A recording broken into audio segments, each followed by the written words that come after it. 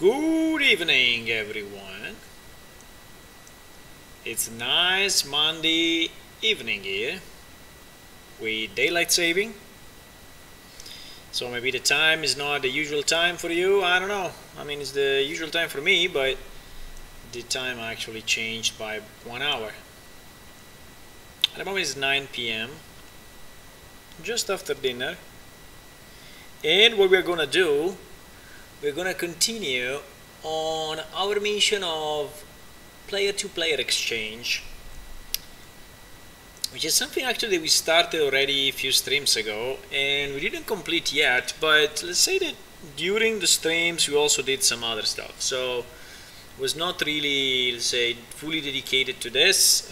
We also did some other fixes and changes, and for example we designed a confirmation window. We did a few things to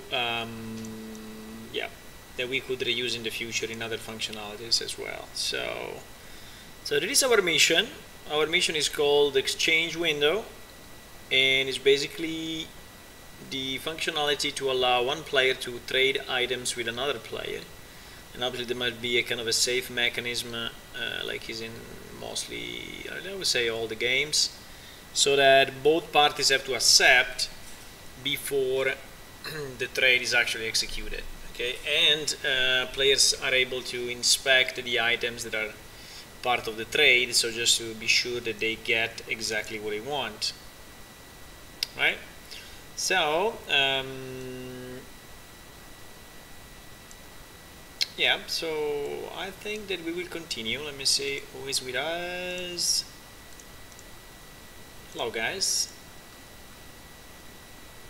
So we will continue, and here you see all the stuff that we already did. So many of the items here are already done, the one with the green check mark. There are still a few missing. In particular, let's say the way it works is that one player requests to the other player to trade, and the player gets a request, gets a kind of a pop-up window, which is called a confirmation window here, asking if he wants to trade yes or no. And after he says yes, then the actual exchange window is popped up. Now, one thing that I was checking is that in theory we should generate a new question ID, which is called question ID, and this question ID is then used when we get the answer back. Now, I was trying to understand exactly how this question ID is generated, and you see that send question, pending question. So I think you should, because for some reason the question ID was 0, and I was not sure if it was really correct that that was 0. So what I wanted to check is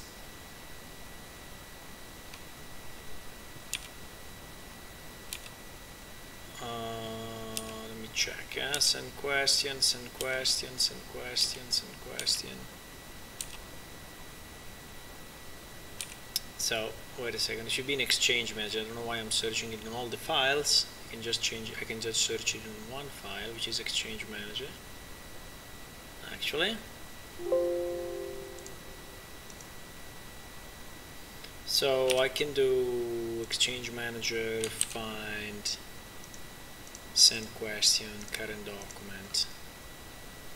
Okay, it's here. I think is when we create the new invite. I think is inside of this that we generate the new ID.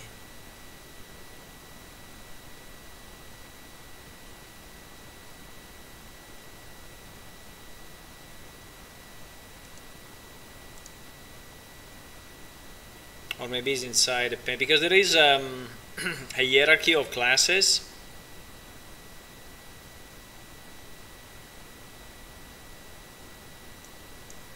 Come on. Pending invite. Okay, let me check if it's generating the ID here. Seems not. I remember a next ID. Let me just search next ID, maybe it's easier.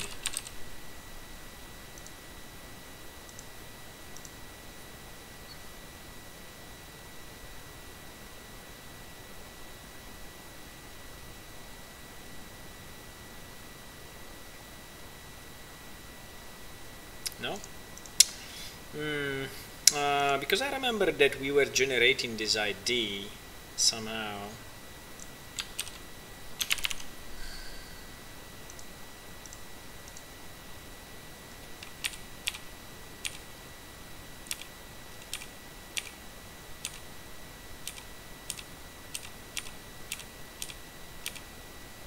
We're basically incrementing this next underscore ID. Okay, here it is. So here is where it gets incremented. Next ID plus plus. I think I want to see a to put a breakpoint here and see exactly what it does. But yeah, you see, it should start from 1. So I don't know why we were getting the value as 0, and I think that is our problem. So that for some reason this next ID was not, was not generated properly.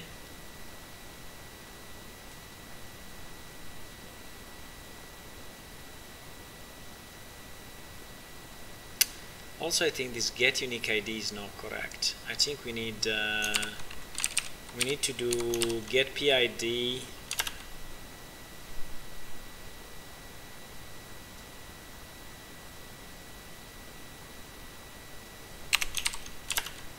And unbox. I think we need the ID, the real ID of the player, not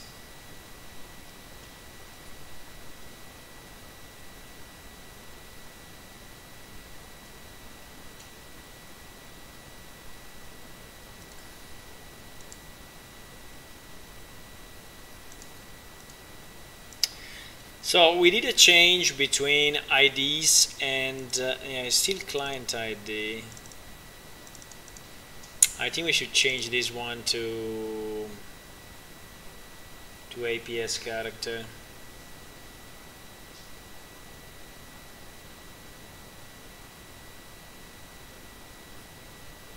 Yeah.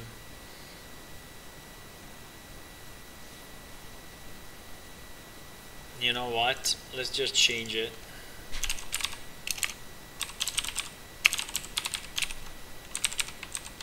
Let's just change it. So here will be directly starter without the. Now this will break a few things, but I think it's fine. So this next ID, I really want to see when it's generated, how it's generated, because.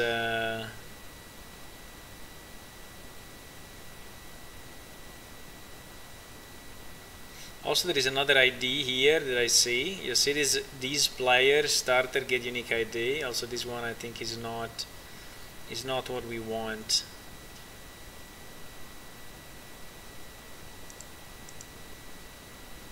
Yeah, is keeping all these IDs, and we want to move away from the IDs and go to. Directly PS character, which are basically derived from real engine objects. So that is what we want. Hello guys, I see someone joined. Welcome to the stream. We are working on player-to-player interaction, and in particular exchanging of items between players, and we are reusing some of our old code that we had for the previous game, and now we are trying to adapt it to the new game.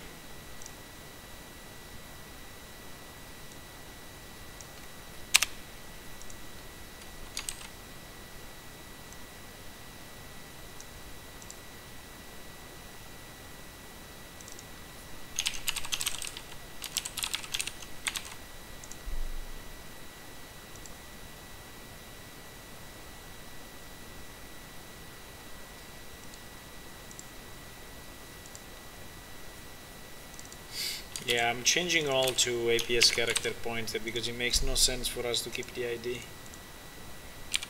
Because then we have to search it again, So if we store the ID, which seems to be easier because it's just an integer instead of a pointer to an object, then we have to, from the ID, do a search in all the characters that are connected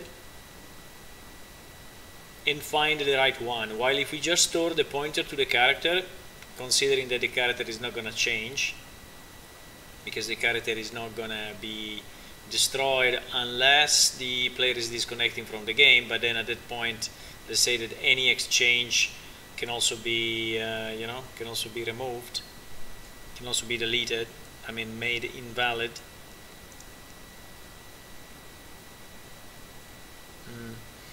We have a bit of an impact here because, but all these messages will have to be changed anyway.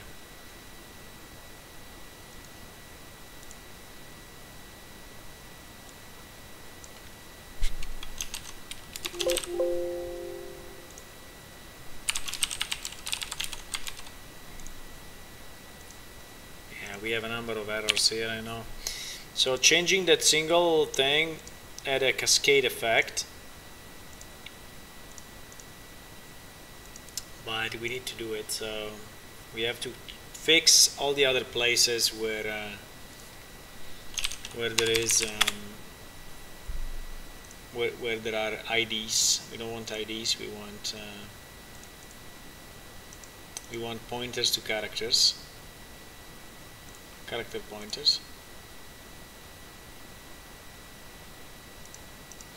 We are streaming live on YouTube, and we are also streaming on Twitch at the same time. So you may follow, let's say, the one that you prefer.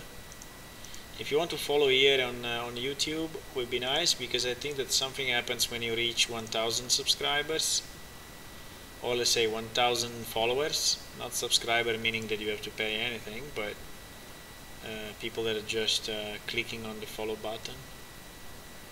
So that helps in case you didn't do it yet.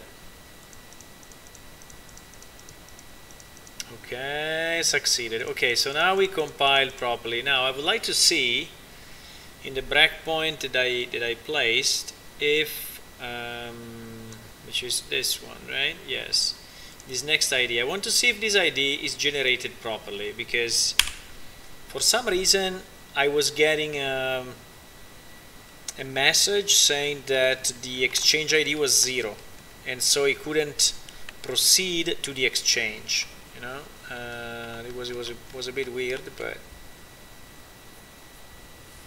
and so we need to catch the error and understand why is 0. We want it to be at least 1, I think, because it's assigning it to 1 and then it's incrementing the value, so the next time then will be 2 and so on. But the initial value of this ID is actually 1 and not 0, because you can see it from the declaration of this.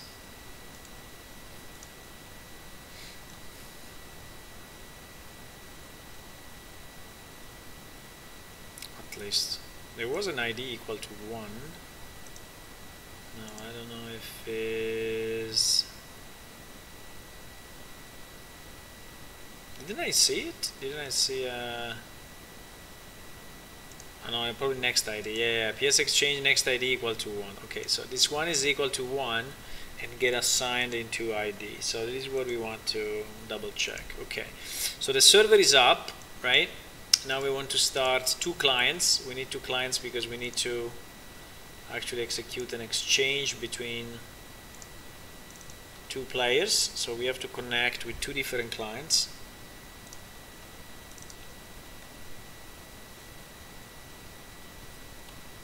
And one will exchange items to the others. To the other.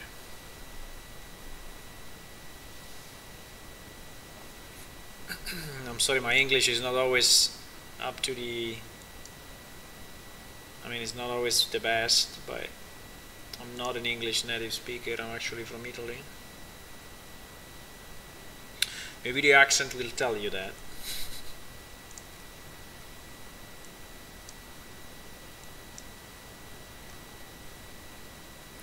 We still have a lot of errors here in the skeleton of our characters. I think I will have to deep dive on that pretty soon. I don't want to leave it with so many errors, but for now I want to finish this task, and then when we finish this task I think we can go back to fixing the characters and checking all the stuff that Zwei did. Okay, so we started 2 clients. In one we connect as Kranikran, and in the other we connect with another character. And then we try to initialize the exchange and see server side when we generate this ID. I think we should generate this ID as soon as the request is getting sent. One of the 2 clients is still not ready.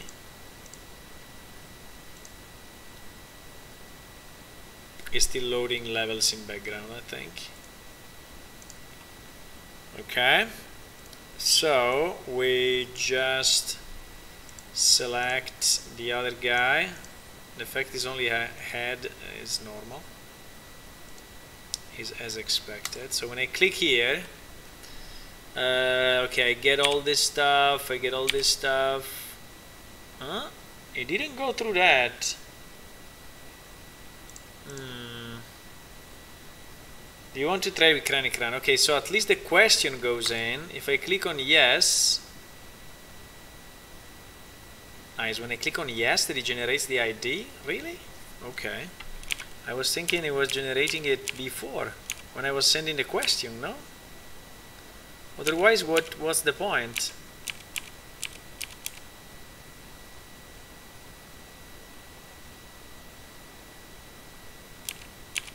But it seems it worked actually. Send request to both. Let me see server side. Now the client will start to disconnect because it's obviously timed out because I'm in the. I'm just checking the log. But you see this send answer question ID equal to 0. This is what I don't understand too much.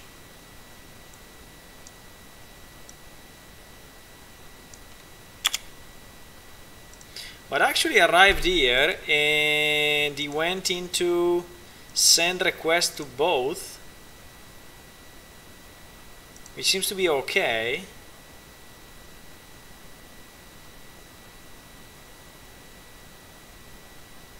So he probably considered that I answer yes, right?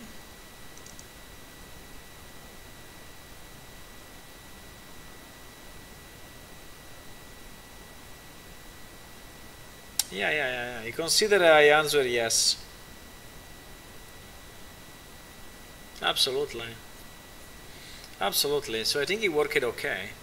He actually worked okay. So what we need to do is now to implement this send request to both, which is the one that is actually sending out the message to open up the exchange window to both clients. And that's very good. That is very good. So yeah, we just need to convert this. It is actually pretty good. Hello Zwei, welcome.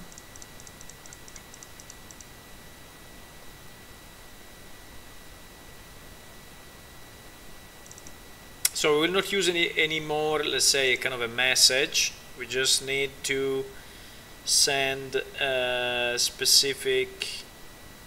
So let me just see in the old code what this message was doing. So when you see a white background is the old PlaneShift code. When you see a black background is the new Unreal Engine code. Okay, just for you to. So here I'm searching the old version, which is actually still in Visual Studio 2010 because at that time we were using this, and I just want to see when I want to see it on the client side. So when this message gets received, so exchange manager handle change request, exchange request start exchange. Trade requested from, yes, but this one is the original.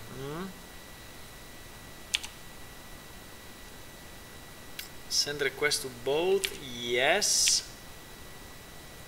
I want to see this in the client side.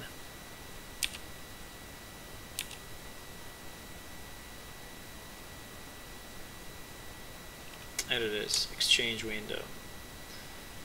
So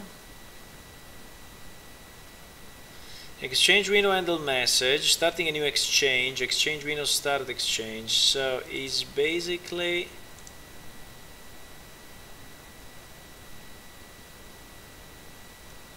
let me see what it's doing. There's not a lot of comments here, unfortunately, but yeah, clear and show. Yeah. So it's actually showing up the exchange window for both players, and then what it's doing is just putting in the text. You see that is setting the text of this text box, which is called other player, which I guess is you are trading with, you know, whoever, and is setting the name of this guy. Okay. And then he's doing just some formatting, and he's opening up the inventory window just as a default so that you can okay,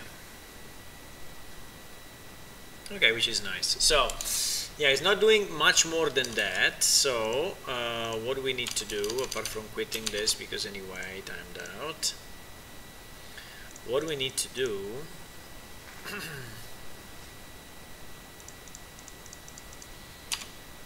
is to create a new message.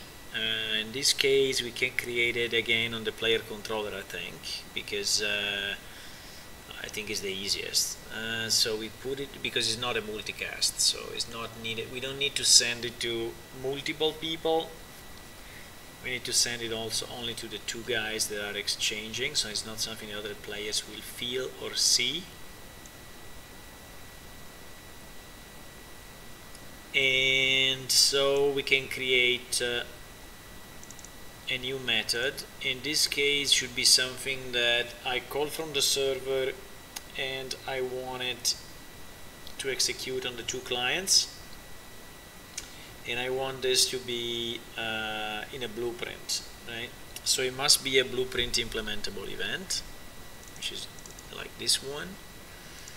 So here we can say, let me put another piece of text, so just another function. So we can say let's say trade was accepted, then so open the exchange window on both clients. No, the exchange window, in reality this one is only on one. Okay, open the exchange window. So we need to have this one. How do we call it? It was called originally, it was called exchange request message. We already have receive exchange request. I think this one will be receive exchange. So the fact that we confirm the exchange and we are going to open up the exchange, so receive exchange or start exchange. Maybe we can just be receive start exchange, something like that. I think it's clear enough. So we receive on the client the start of the exchange. Okay. So what do we need as a parameter though, because that's the important piece. This message, let me see how this message is created. This message has a player name, and that's it. Doesn't have anything else. Okay, seems to have only a player name. So for now I think it will be okay. It's a bit weird that he has only a player name though, huh?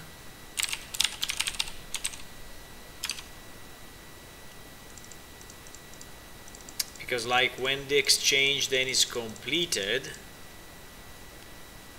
how do you know that is with that particular player, and so that you send back, I mean that you exchange the items properly. I think it keeps the exchange. Yeah, I think this is the start exchange, because you can have one exchange at a time. Okay, so this is how it does it. you can have one exchange at a time. So if you are exchanging, no matter what, it's only that kind of exchange. So it's only one exchange. Okay. Because if you're already in an exchange, it doesn't allow you to start a new one. So, okay. Okay, so I think that we did our reasoning and we are fine. So we can just send the player name, which is displayed. This one will be a blueprint implementable event, and being a string, we need to add also const and the ampersand. And I think that's it. So now what we want to do, we want to call this function receive start exchange from our, yes, exactly here. So it's sending the request to both clients, and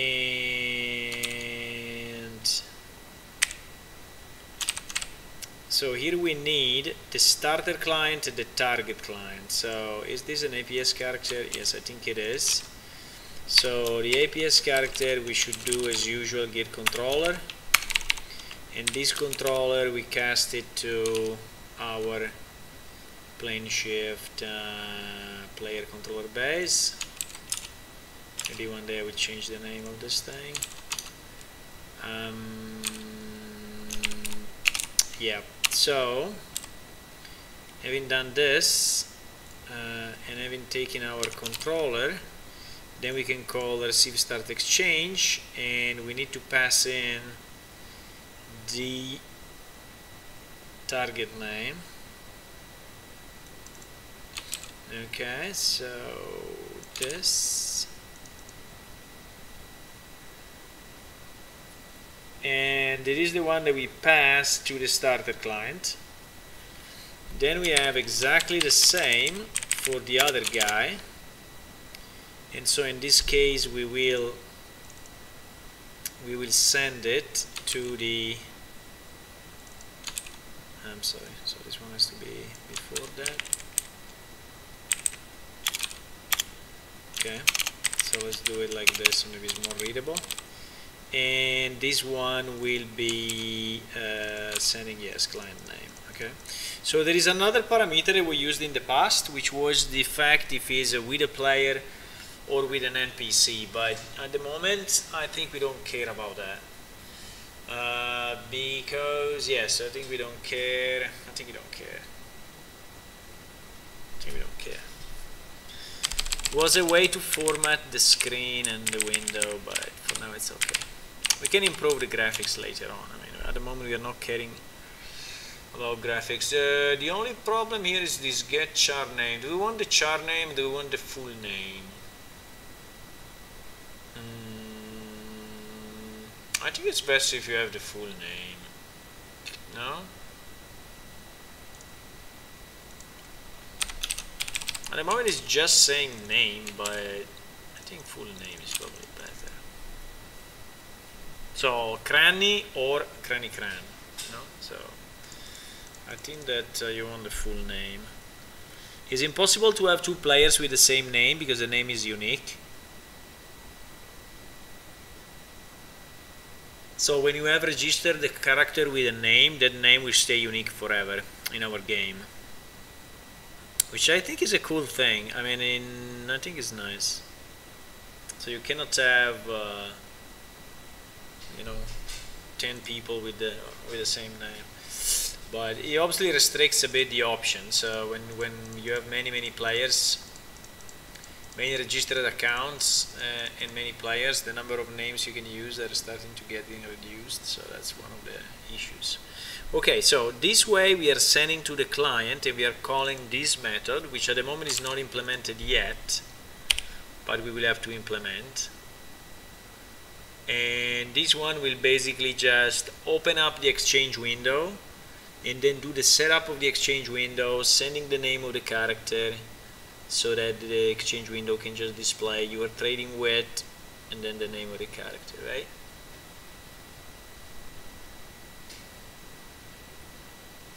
Then from that point on you will move items from the inventory to the exchange window,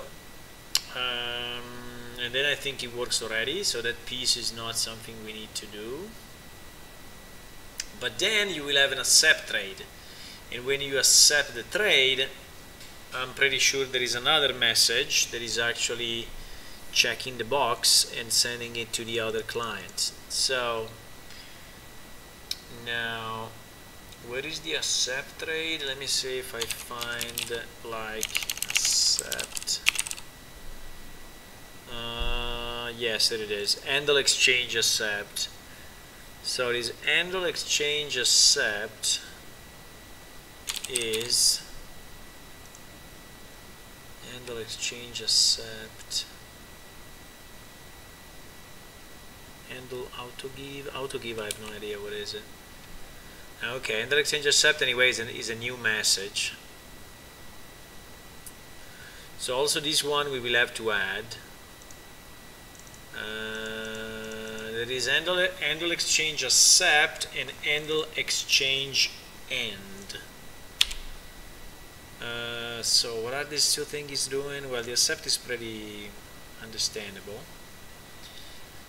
So you are accepting the exchange on your side, and the end is the trade rejected. Okay, so do we have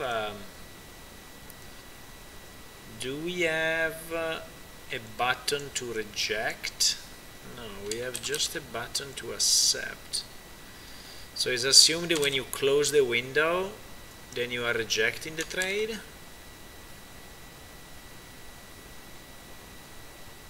Probably.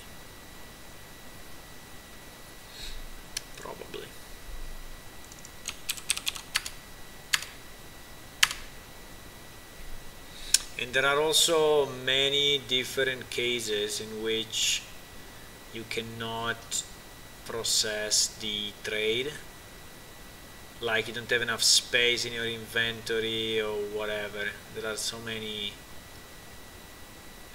constraints.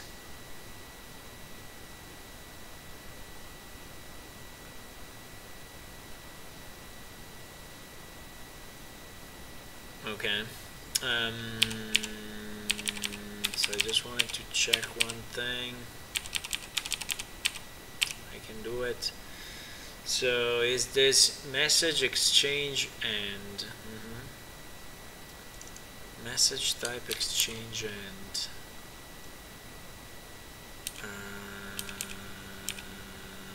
No.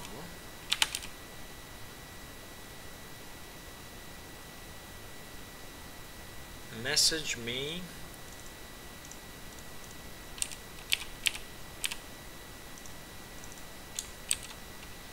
Let me try to search this. Message type exchange end. Message type exchange end. Now I just want to see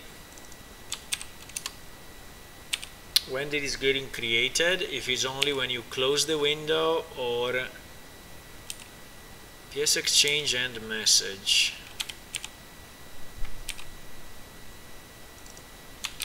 So we had a specific message for exchange end. Send end. Okay, it is inside exchange manager.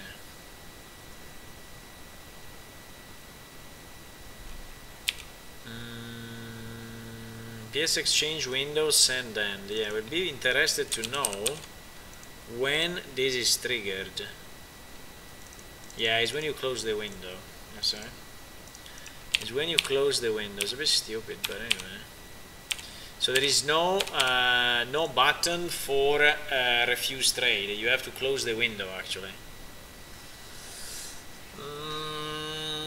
I don't love it. I mean, I don't really love the fact that you have to close the window to actually close the exchange, but okay. Okay. I mean, I would prefer to have a button that says refuse. But in the old UI there is not, because this one is accepting the change, this one is opening your inventory, and there is no other button here. So, and you have this X to close the window and refuse the exchange. Yeah, maybe we can add, you know, a new button, because I'm trying to diverge as little as possible from the old code for now, because I want to reach a steady state, you know, and then go from there. But anyway, all of this is good, all this code is good, all this code is good, all this code is good, so all of this is fine. The only point is that we need to create two methods. So handle exchange request. Let me see if we are already using, but I think we are. If we are already using implementation player controller base. No, the handle change request.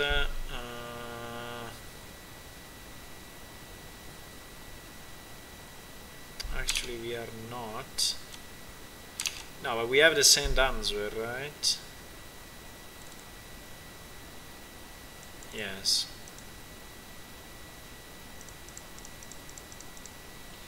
So, yeah, I'm trying to keep it as consistent as I can. Okay, so to do to have these messages constructed exactly the same way in a consistent manner. So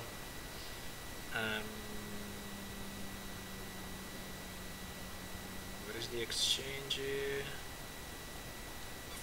Is above.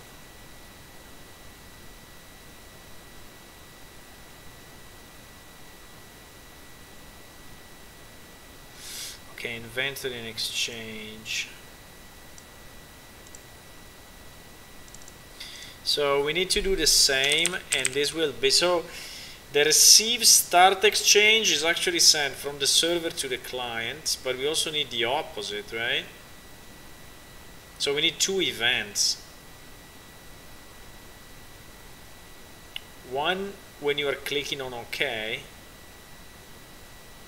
and one when you are receiving the OK from the other guy, and then one when you are clicking on refuse, and when you are receiving the refuse from the other guy. So, or we make one method only, and we just pass a parameter saying start or end, which can also be a good idea to avoid, you know, having 20 methods to do such a simple thing. Or, like it was in the old code, we just duplicate it. Because it will be something like this one. So I think I can do start and exchange, and I don't know if it's very readable though, because I can do something like this, you know, start or end exchange, and then I can have a boolean here which is start. If it's start, then if it's true, then it's a start. If it's false, then it's an end, you know. So, and I use one method. Or I do it cleaner from the readability point of view, and so I will have one like this, and one which is receive and exchange. Trade was refused. Trade offer.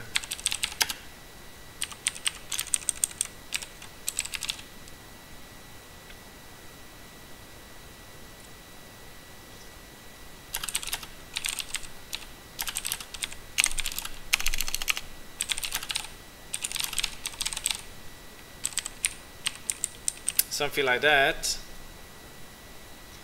And yeah, but we need two of this, because we need the implementable event to send it to the client, and then we need the opposite, which is the client sending it to us, and in that case will not be an implementable event, but will be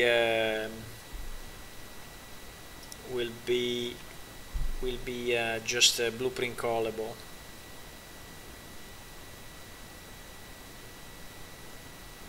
So trade was accepted, so open the exchange window. Then trade offer was refused, so close the window and give refuse message. Or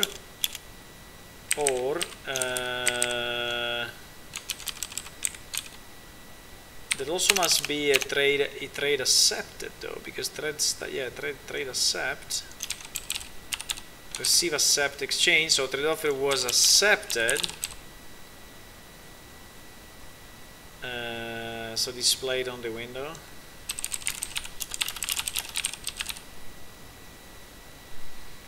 And then we need the two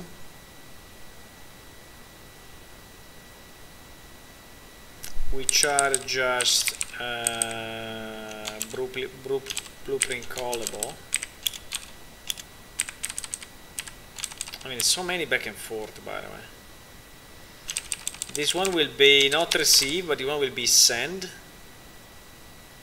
and exchange, and this one will be blueprint callable. And then we will have the same for accept.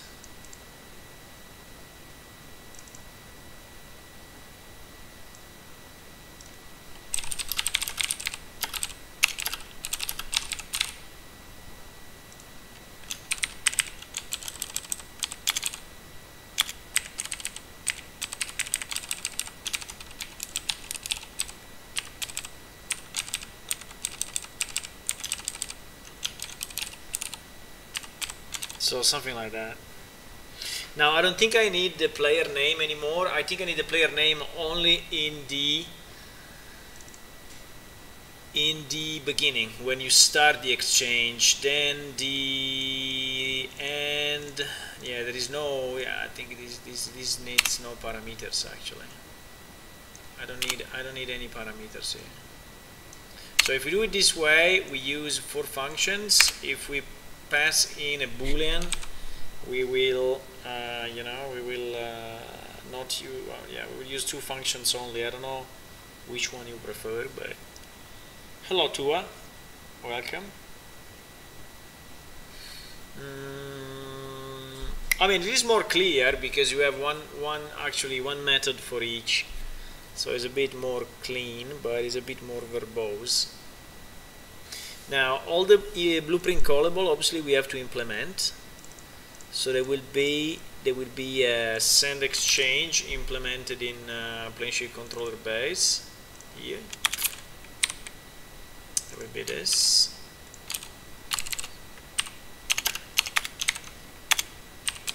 And there will be the accept, the send accept exchange. Okay, so this two will be implemented, and as usual I want always to have just one printout because it helps me a lot to debug what is going on.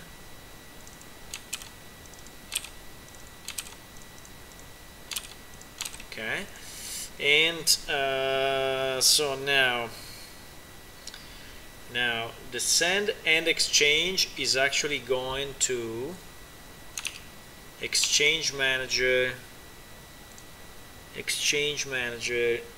handle exchange accept. I think it's this one. Yes, and this one is handle exchange, and let me just check this one if it's going to.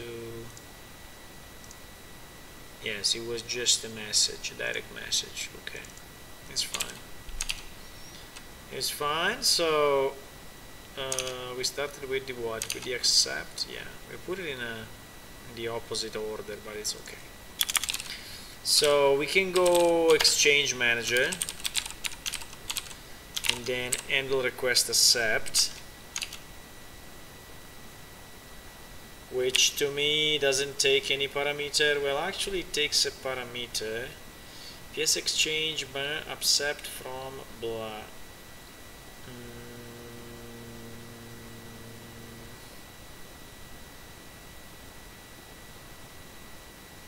Okay.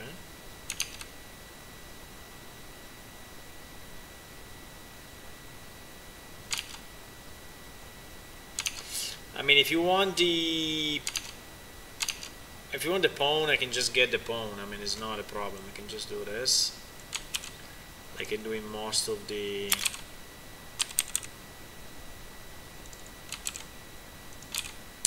function, and just pass it in. And it will be the same, just with handle exchange and.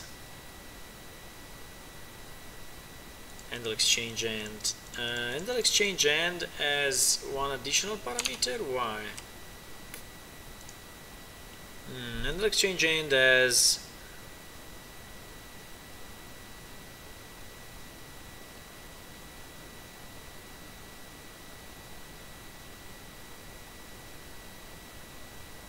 a message entry me, but this is never used, so it is completely useless. Me doesn't seem to be used here, right? I don't see it. No, it's not used. So this message entry we can remove, and means that we need to then remove it also from the header file.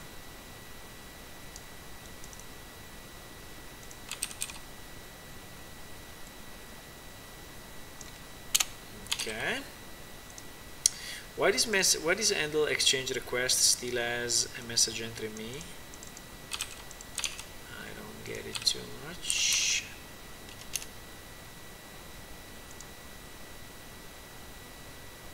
Handle exchange request. Are we calling this? No, we're not calling this, huh?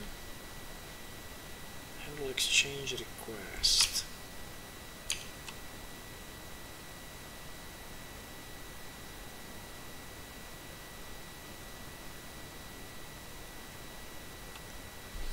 Why we don't go through handle exchange request? A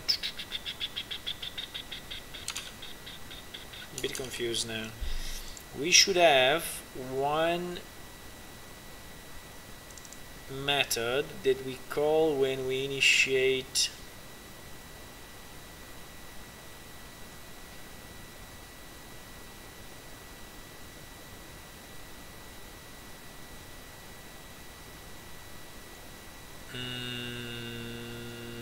when I initiate the trade. I should have one method for that. Why I don't see it? Why I don't see a method for starting the...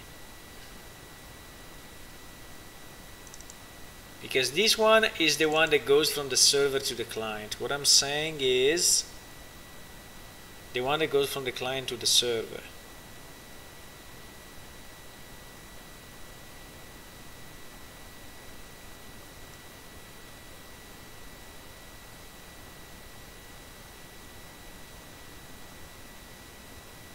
Is not start exchange, because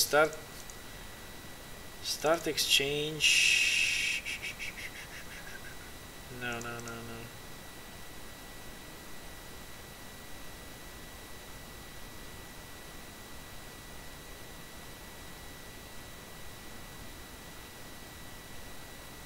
Probably is the request begin trading. Yeah. No, but this is with an NPC though.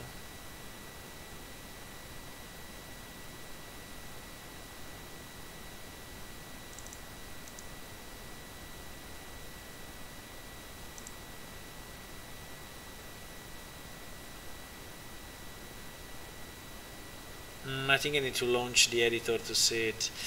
I don't remember when we ask for an exchange, which is the method that we are calling, because that method should in theory call this one, handle exchange request, but since that this one is never called by anyone.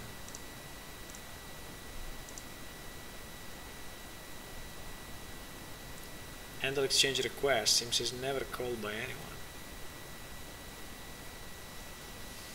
So we're not going through this. Yeah. Okay, let's just compile it, and I think I need to check it from the editor because I'm missing a point here.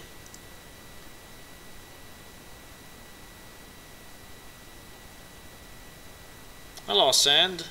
How are you? C++. Yes, we are doing a lot of C++.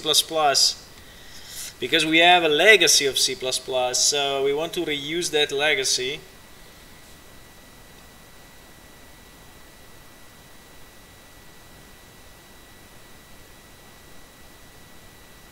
The game is going good. We are making progress. I'm making progress. I stopped for September, like the whole month.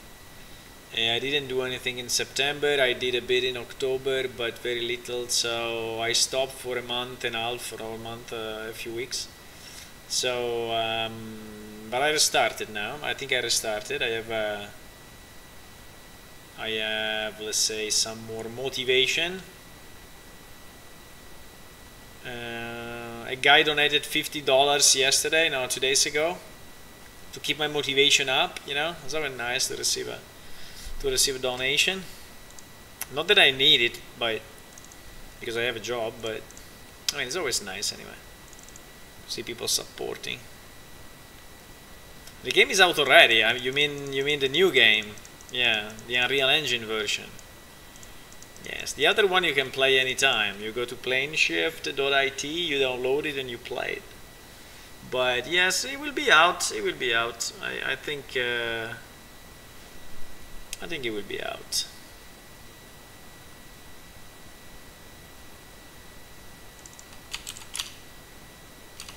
There are good chances. I mean, I don't give it to you at 100% chance because no, but there are chances.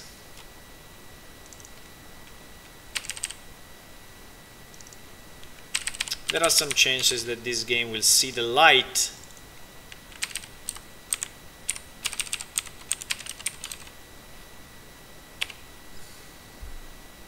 Yeah, the new version. Yes, we will. There's still a lot to do, but the foundation is there, you know. So I think that I did like a rush on between like March and June, something like that. I did a really big rush. I mean, the 100 streams, you know, and also I did another rush the previous year when I really ported the majority of the functionality, and there was the point where I realized it was actually possible.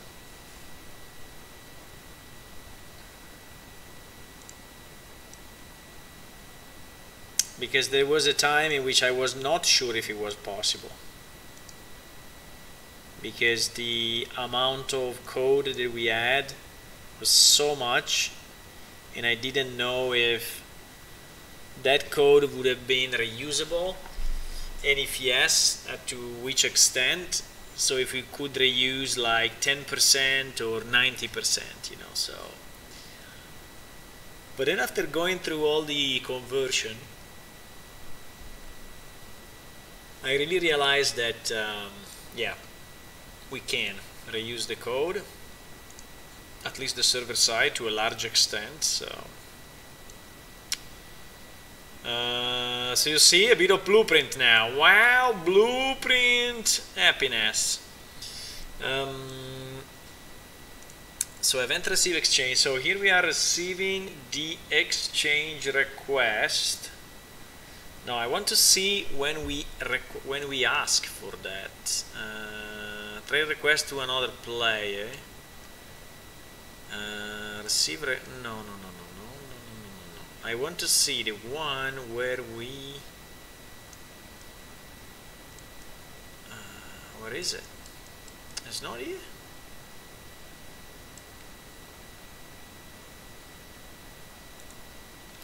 Event receive exchange request.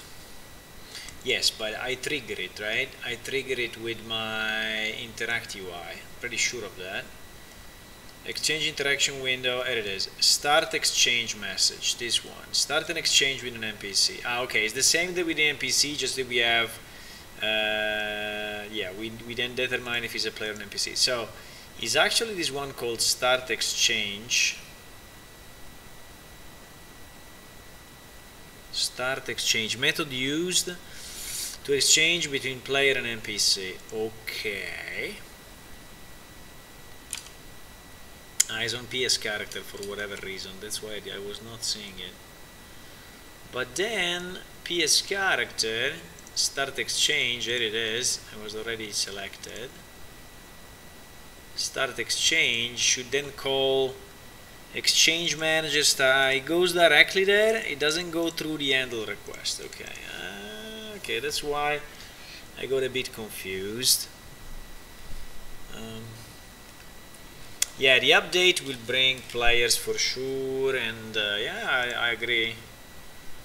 I think many of the old players will come back. So we had a lot of players at that time, so I think that some of them will come back. Or maybe we'll have their children come back, you know. It's one generation after, 15 years after. So maybe they will have their daughters and sons play, you know. But I think they will be interested to know that it exists again, or it has been updated again. So here we directly call start exchange. Okay, so well, it's a bit of a inconsistency, because actually start exchange was originally called by handle exchange request. So this function is basically not used anymore. And okay, so I think we can remove it. Let's just remove it.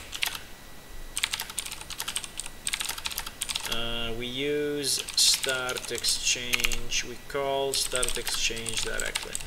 Why I want to remove it? Because I think I want to ensure that I don't clutter the code, you know, so I think we can just remove it, and I think nothing will happen, in the sense that there should be no errors. Start exchange and the change request. So this one I think we can remove as well. Yes.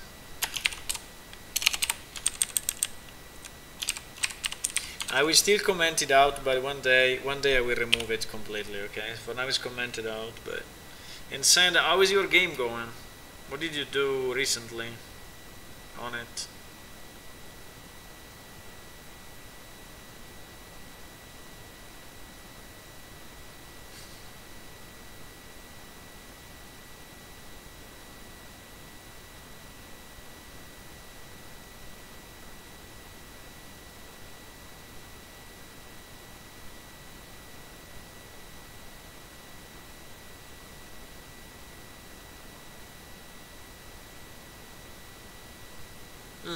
Combat alpha test? Nice. Combat is always exciting, because it's one of the core parts, you know, at the end. Okay, nice. So you packaged it. You created the first package. Actually, I tested packaging a bit because we wanted to understand the capabilities of Unreal Engine in packaging, and so we have released a small game. Oh, I did it auto reload. Okay, fine.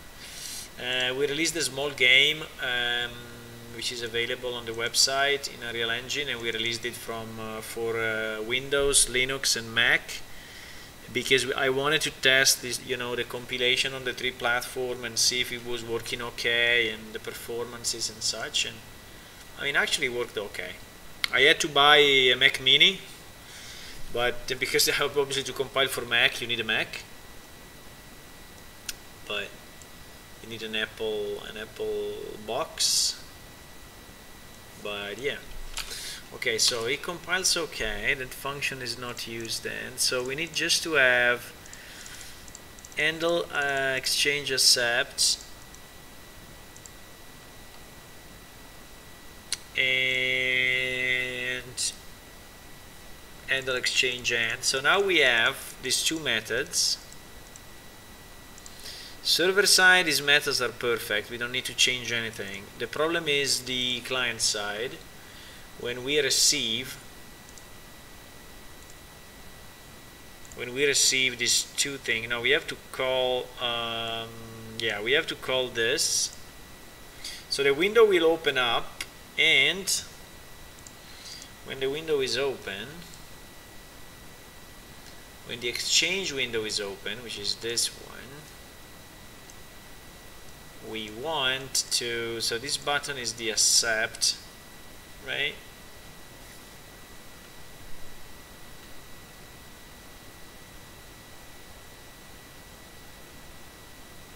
You are experimenting with different weapon balances. Okay, metal weapon available for free in NPC. My season feeling general. I don't have a long time.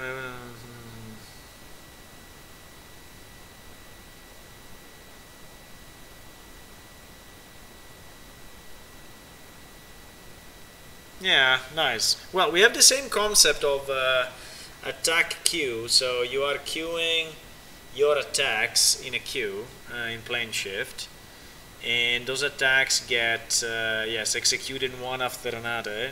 Now, the I mean the system is not very polished, but it was working this way. Yeah. Yes, we had like different attack moves, like yes, parry, dodge, or yes, special attacks. Like we had special attacks. Depending on the weapon and depending on the skill of that weapon, you have special attacks you can queue. Like I don't know, shield rush or sword smash or hammer destruction or whatever.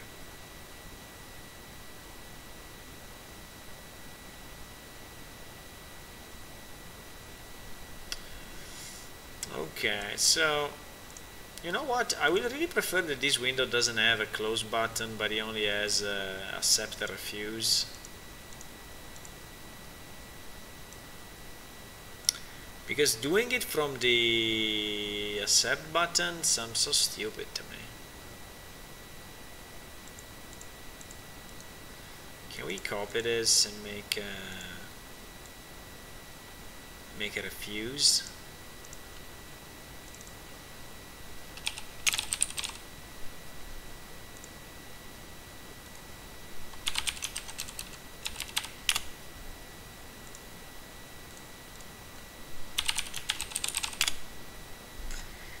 And I guess this one is already, yeah, this one is already doing something. So when you accept it, there is already some blueprint code. And accept trade clicked, accept exchange message. So it's calling this is calling this accept exchange. Accept exchange. I think we have a bit of a duplication though, because I have the feeling we are duplicating stuff.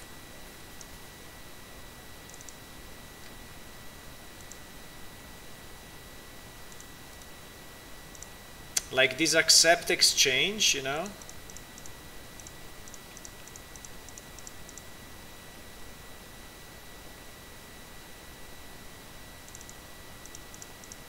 This exists already. Why I have it?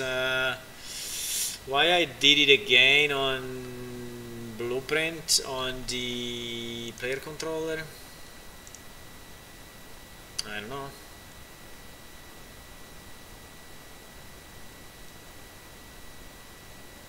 It's this one.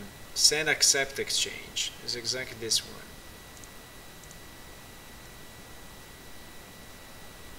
And also there is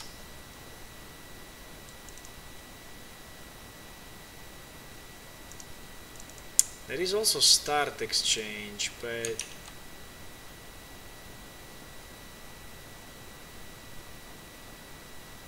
yeah, start exchange I didn't duplicate.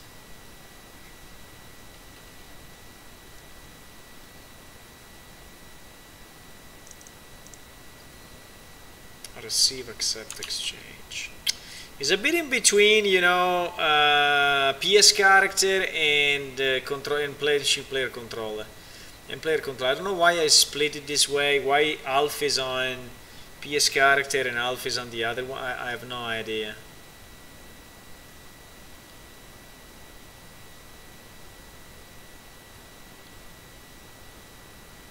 Probably because it's for the NPC. Yeah, because when it's an NPC, also the NPC doesn't have a player controller, so I think he had to stay there. I think he had to stay there.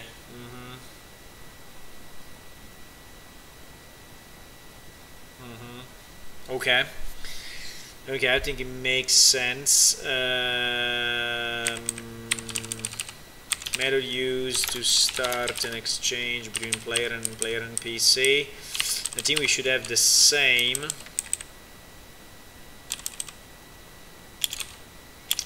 Which is method used to end an exchange between player and PC, and this will be, instead of start, will be end exchange.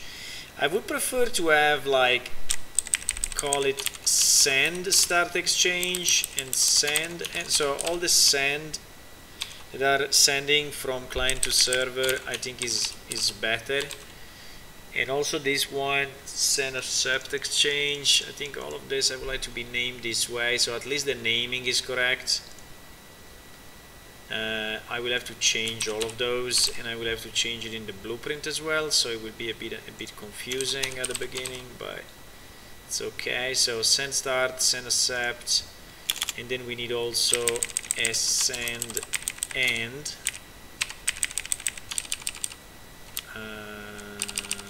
Send end exchange, under exchange accept, under exchange end. Okay, so this one I think is fine. So we can remove it actually from Planeshift player controller, right? So we can remove this too. We just need to pass on, yeah, let's remove it because there is a total duplication and I don't like it. There's a total duplication.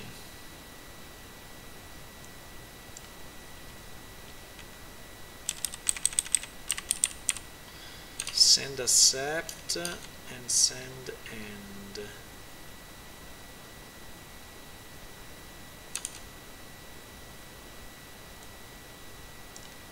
So these two I will remove, right?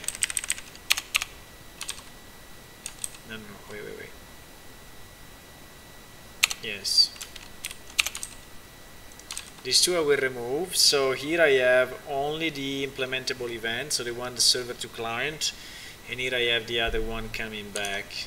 Okay, at least there is a logic to the split. I mean, it's not great, but I think it's okay.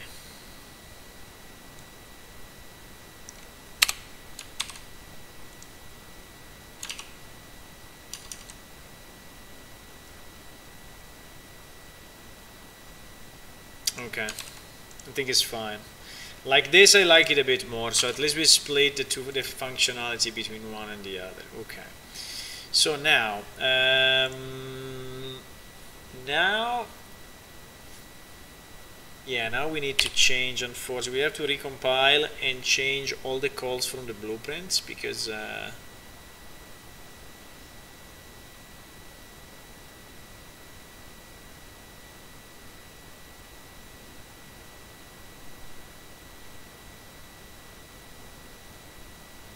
now these methods will not exist anymore. We will be called differently, you know. Will be called, this one will be called send start exchange and send, so there will be some differences.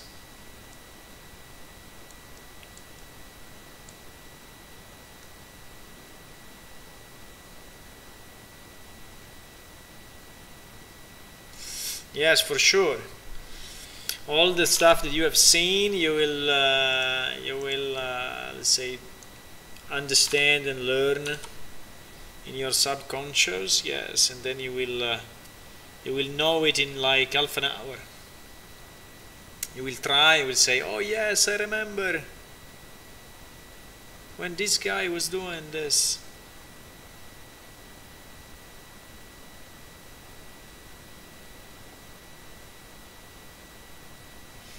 Blueprint working 4K? Okay. Could be. I'm using 2500 here, I think, by 1900, something like that. So it's not 4K, but I think it's what is Ultra HD? What is called? I have no idea what it's called. Okay, succeeded. So now some. Yeah, you see, some of this is breaking up, send start exchange. So we just need to mirror it. So the client will go here, automatic exchange is no, quest ID is 0, boom. And then this one will be called send accept exchange. Yeah, I just changed few thingies and okay, let me see if it compiles. Yes, it compiles. Yeah, easier than I thought. Nice. So now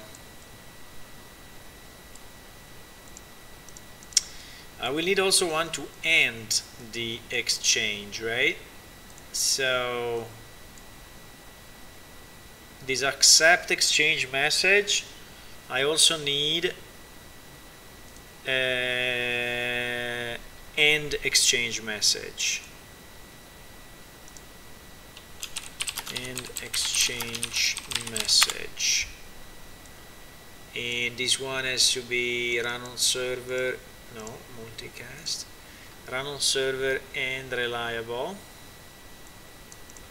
And this one we'll have to call send end exchange.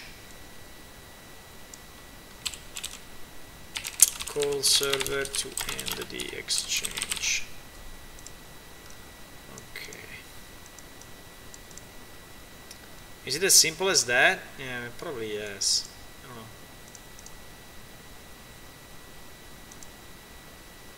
Oops. Did I click? I clicked on something. Okay.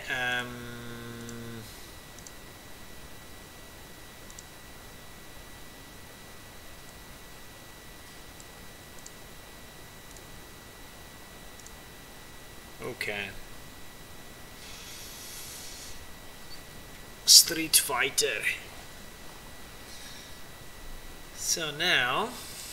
Now.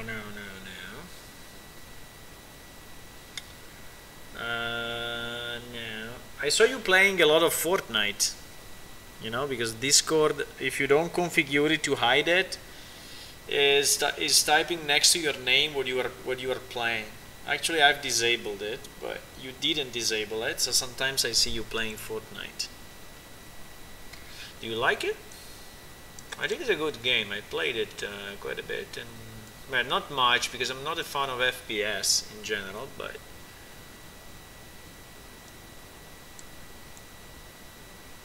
I think it's nice. Okay, so this we did.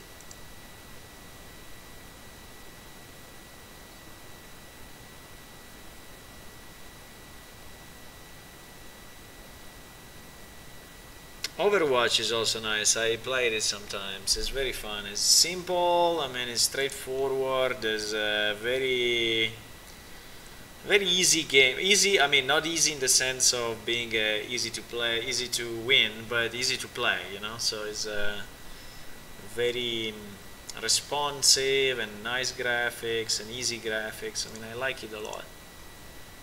But a bit like Fortnite as well. Fortnite also has a graphical style which is very appealing, you know, very.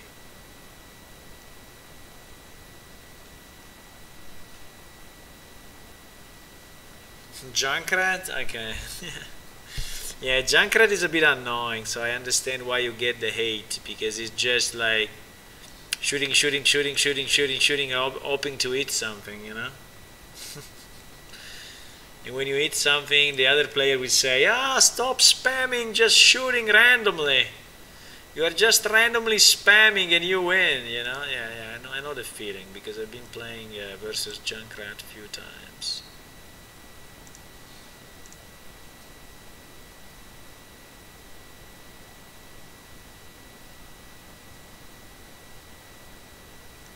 Okay, so there is accept exchange, accept exchange. Okay, so now, when I click, so what I want to do is when I click on this button, no, not this one. when I click on, yes, when I click on this button or this button, so I want to call this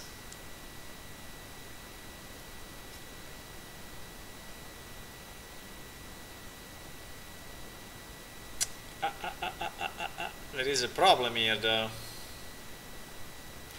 The problem is that if I'm using this window with an NPC, obviously he automatically accepts, but if I'm trading with a player, he should not close the window.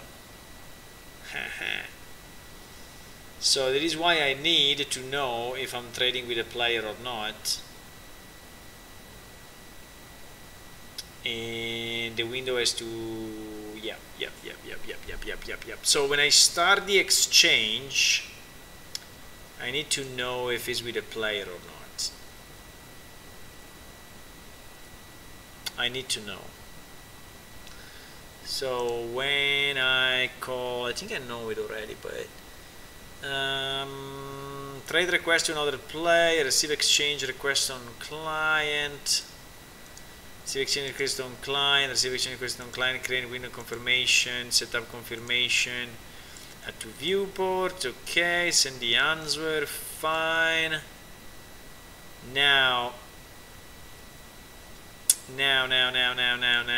when we receive, that is a bit hard, because there's a mix between players and NPCs.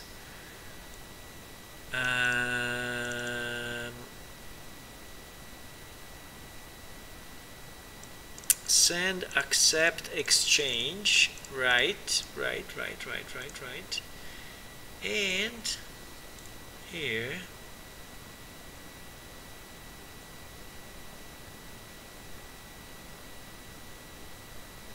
no, is where we have the send to both, the one that we just changed before. Come on, where is it?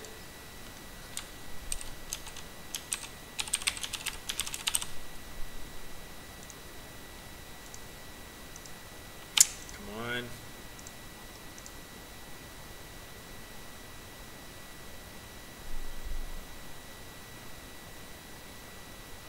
Was send to both or send both? Maybe it was send both without the two. Yeah, I think so.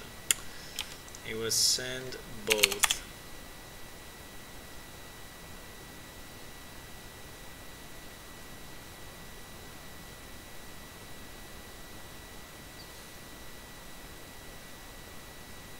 Okay, was not send both. What is it? What is it?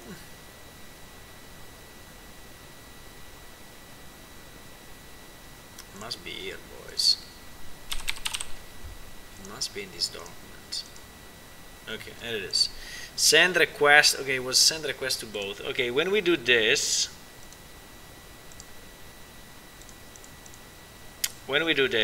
we need to know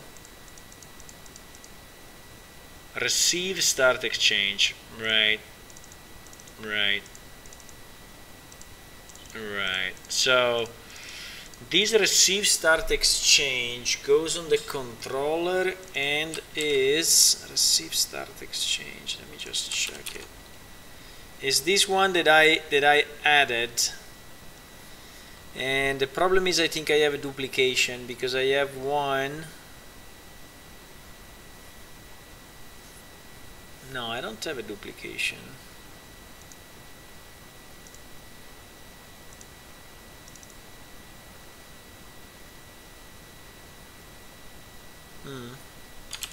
Receive start exchange. Okay.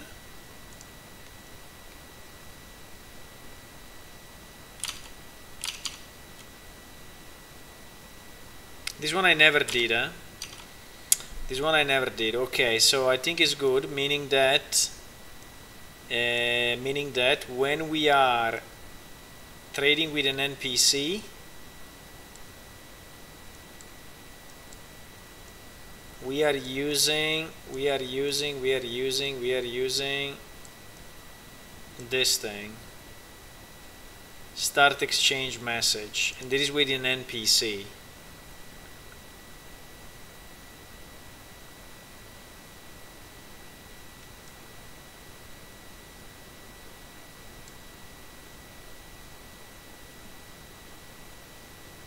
But when it's with a player, then we use another method. So I think it's fine. So I think we know when we are opening and closing the window. So the point is that I need to pass it to the window. My window needs to know if it's trading with an NPC or with a player. My window needs to know. So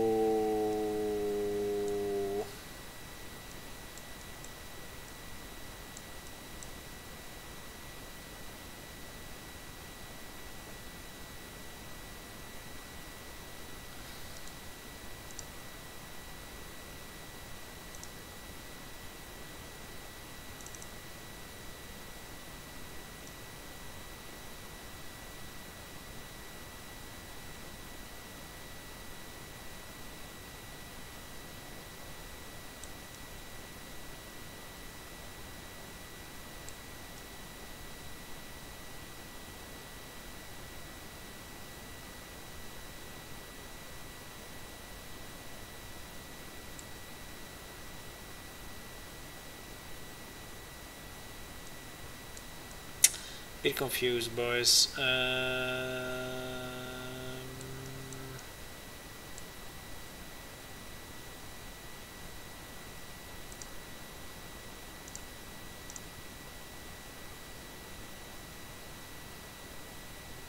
Okay, so this one is only for an NPC.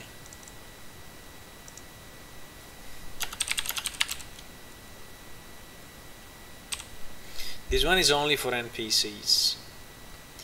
The other one is in Win Interact UI, Exchange Interact. Okay. Exchange Interaction UI.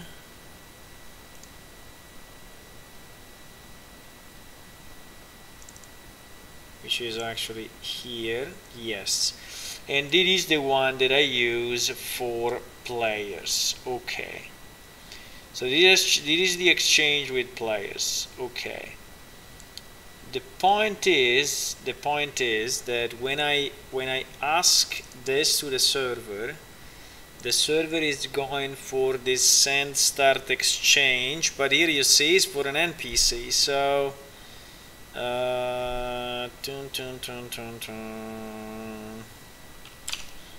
send start exchange. I think I will have to write down a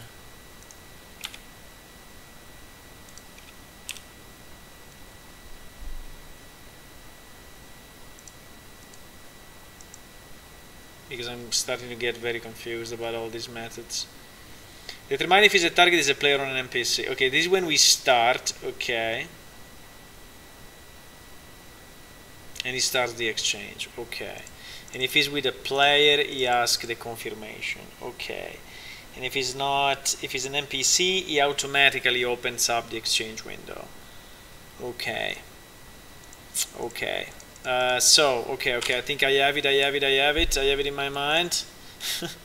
It's a bit tough because there is a lot of stuff going on here with blueprint and shit, but the point is that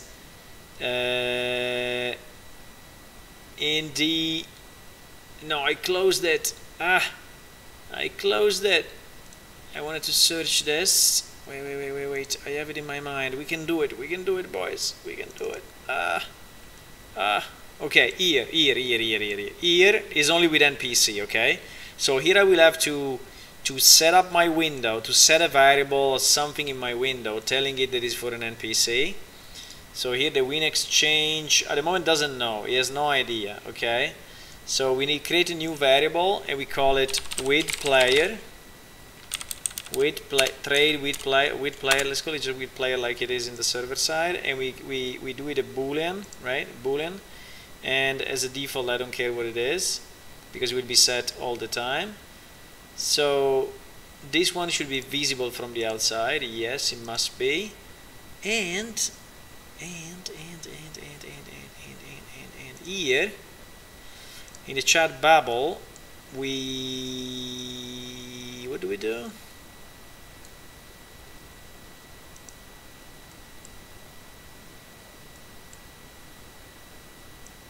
We have to do it here, right? We have to do it here. So we have to set this variable, set with player, yeah boys, you have to believe, and this will be false. Okay, what is this shit, by the way? What is this thing here? No idea. Okay, anyway. Okay, so we set it to false. So we say he's not a player, you are just with the NPC, by the way. Okay, fine. Should we call a method or should we just set a variable?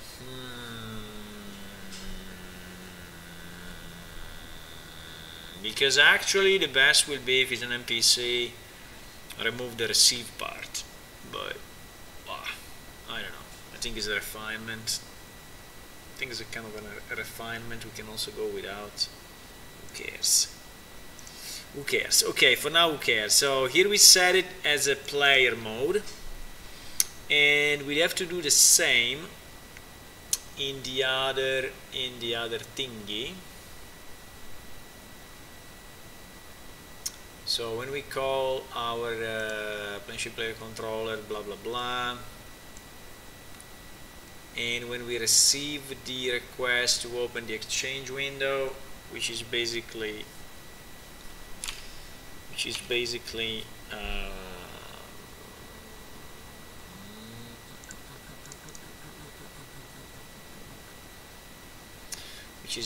that send request to both, exactly. So when it's here, there's a receive start exchange, so that is the point. So here is when we, yes, exactly, is it a blueprint implementable event? Okay, on Planescape player controller. Okay, so we go here, and I don't know if you should do it here at the bottom. Okay, this one is our new event. It is our new event. So here we know that we are starting to trade with a player, right? And we need to open up the exchange window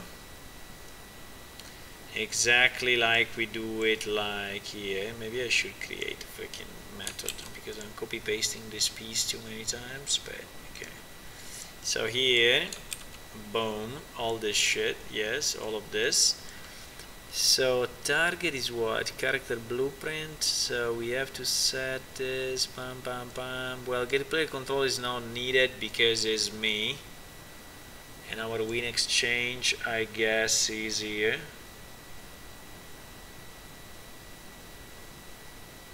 No? Yes, is it. So this will be this, and player will be set to true, and this we don't need anymore, and this we don't need anymore, and this we go directly here, and this we move like here. Okay. Everything is fine, and no, I like it above.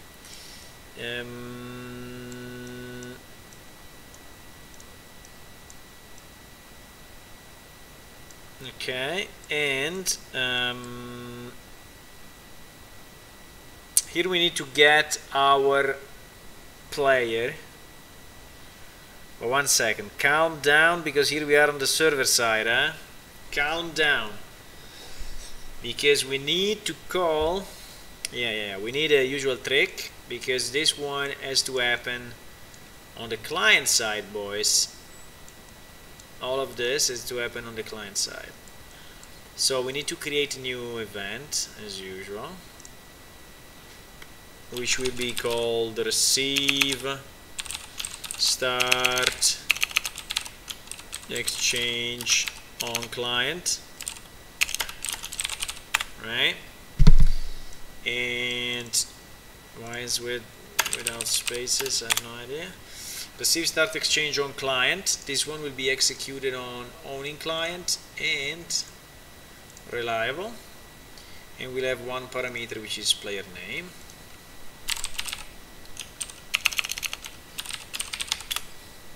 Yeah, you would say why it's so complex to do an exchange of items between players?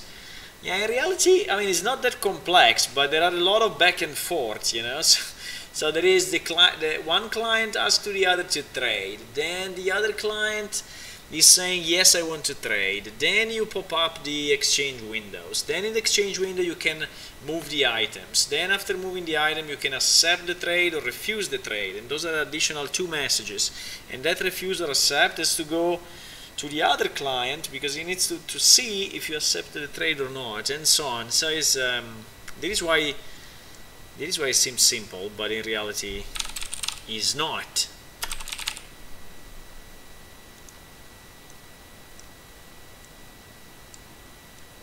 You know, you think it's simple, but then it's not. Okay, so here we are on the client. Nice. So what we need to do now, we need to get our freaking pawn. Can I copy it? Like get pawn something, get player pawn, get pawn. PDP playing. No! OBS went down. What happened, boys? You still with me? You still with me or not? OBS said it disconnected for some reason.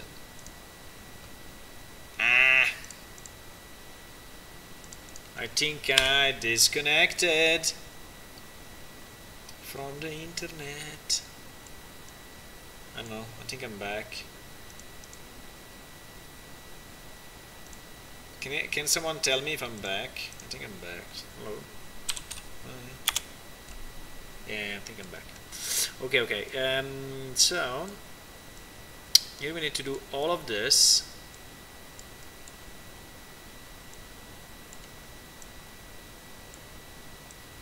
By the way, outside is raining like if it was the last day of the universe.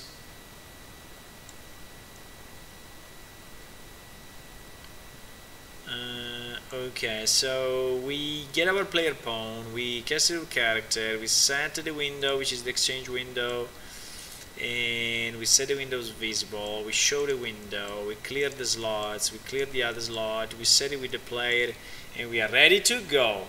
Okay, so that is good. Now we will have to retest everything because it's a bit of a mess, but we will have to retest also the NPC side because I think I may have broken something in between. So now that we have set the thingy here with the player, what do we do?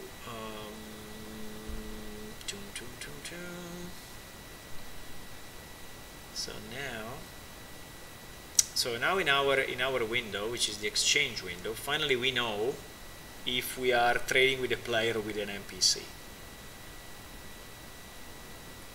And I did all of this because when we are executing this button, because this is where the reasoning started, right? So if it's with an NPC, we assume that the trade is automatically accepted. While if it's with a player, we need to wait the other player acceptance to actually close the window and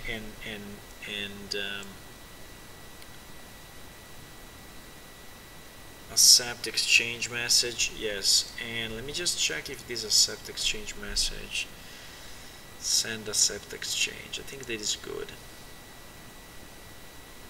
And that is the same if it's an NPC or a player.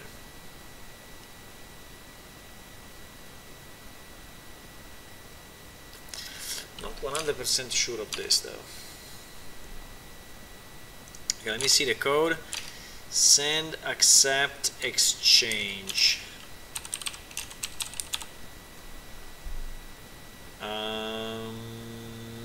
Send accept exchange.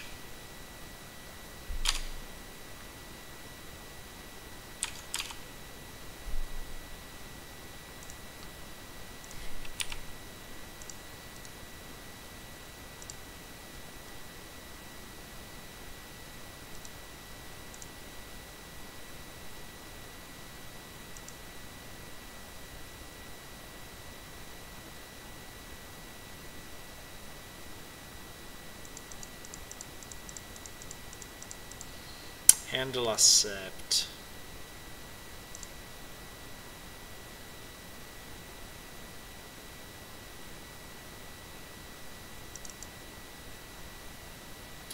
And here where it differentiates, because if he's a player to NPC, it goes to this function, player to NPC handle accept. If he's player to player, it goes to this function, and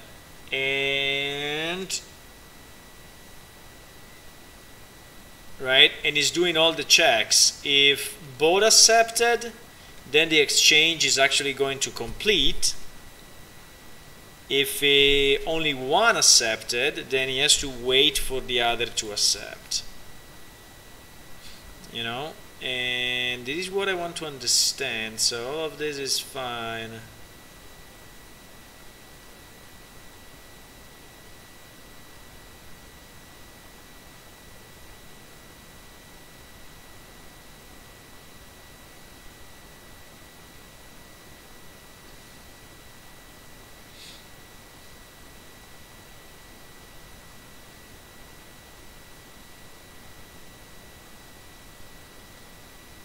So it is if both players accepted, which is the easy one, I guess.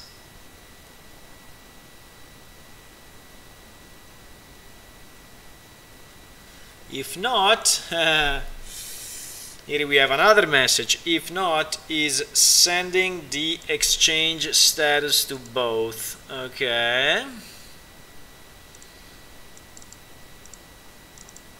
Wow. Is another method we need to implement, boys. Yeah, which is basically sending to both clients who accepted and who didn't accept. Who accepted, who didn't accept yet. Holy moly, boys. So many messages for this player-to-player exchange. So many messages. So many. So many. So many.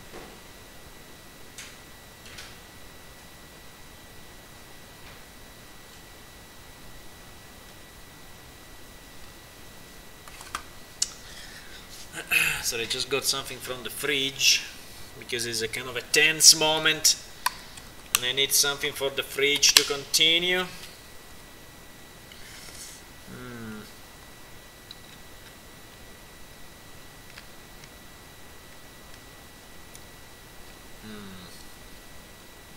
Okay. So this is another message.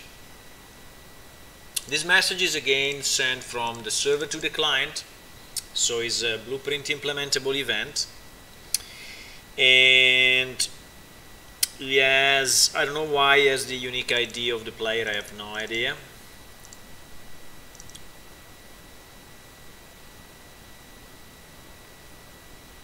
Ah yes, because you need to know who you are sending it to. Okay, so that's fine.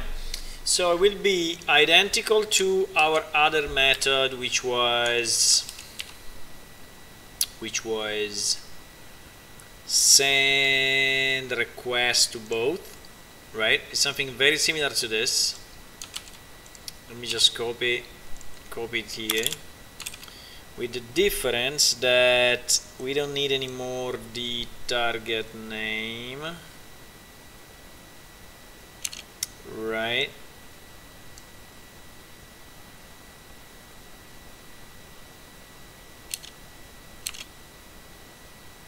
I think I did a mistake in that method, by the way. Why starter client on both cases? It cannot be. It cannot be, boys.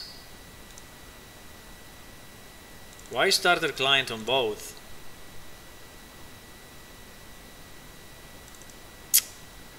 You are not watching me, eh? You should watch when I do stupid stuff. So exchange manager, send request to both. Let me just check the old code, but I'm pretty sure it was doing it. Yeah, exactly. Starter client, target client. Okay, luckily we catch this error. Starter client, target client, and they exchange the thingies. Okay. Okay, fine. So now send exchange status to both. So we need to take the starter client and the target client, and we need to send. So we need a receive. How do we call it? Let's call it receive exchange status, right? Receive exchange status. And here we need two parameters. Starter accepted, target accepted, and here is the opposite. Receive exchange status, target accepted, starter accepted. Okay. Okay, so now it should be good. So now we need to implement this method. So this method is basically what is creating, just for your understanding, otherwise you will be lost, which is creating this V. You see this V in the background, this V? This V is basically saying if I accepted or the other guy accepted. And so it's telling me if the guy likes my items, and I can move on with the exchange. Okay, so this receive exchange status will be inside player controller base and will be inside exchange,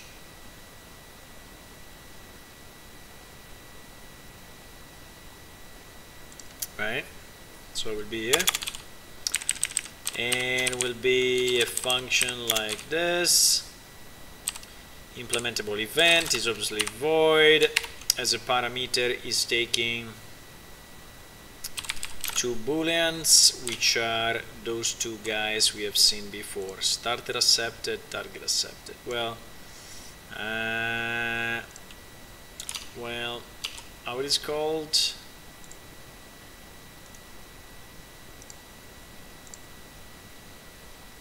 Let me see how those two are called in the original code.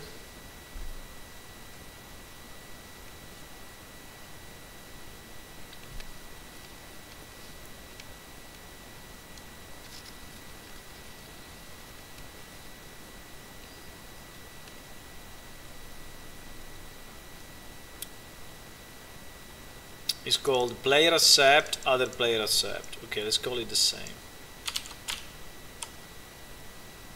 Let's call it the same.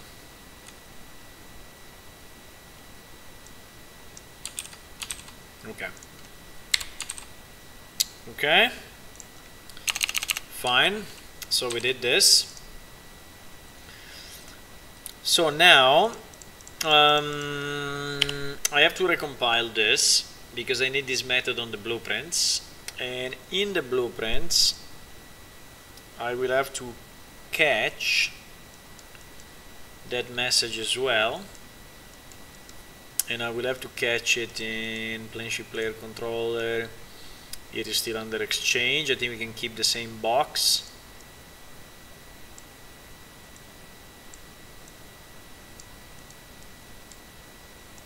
It's a big box, but who cares?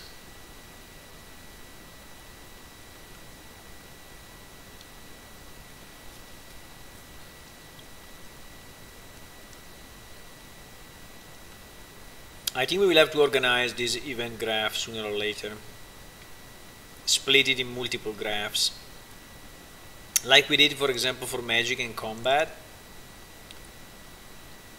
I mean, this is just temporary, but I think we will have to do the same. We have to split this event graph into multiple subgraphs, otherwise it will be impossible to read at a certain point.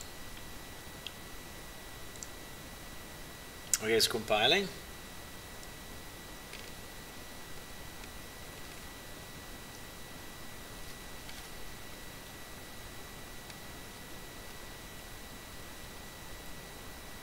What I'm eating?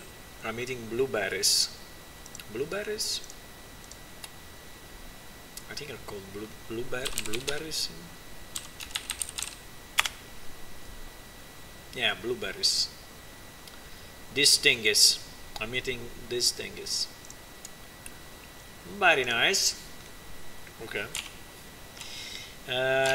So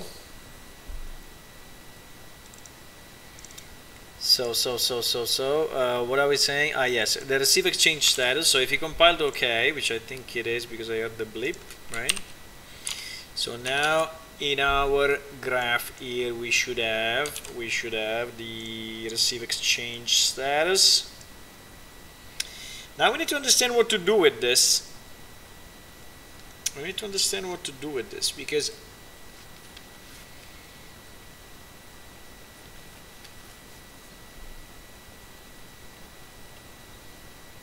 I think we can do it in programmer's art for now.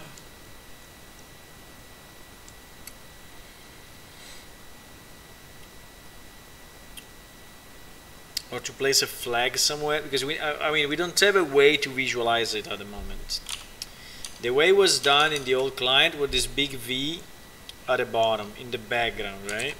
This V in the background, which I don't know if it was really good, but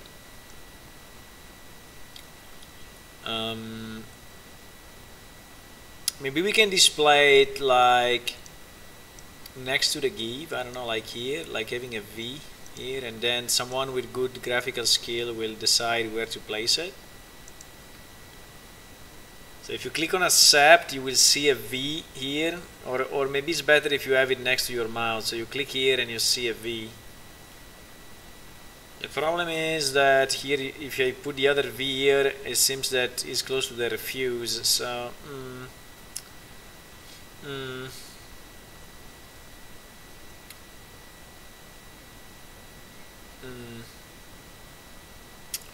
Can we put an image on the background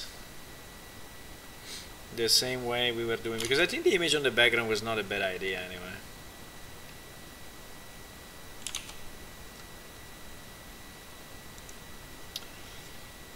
I will need just an image. What was that image, by the way?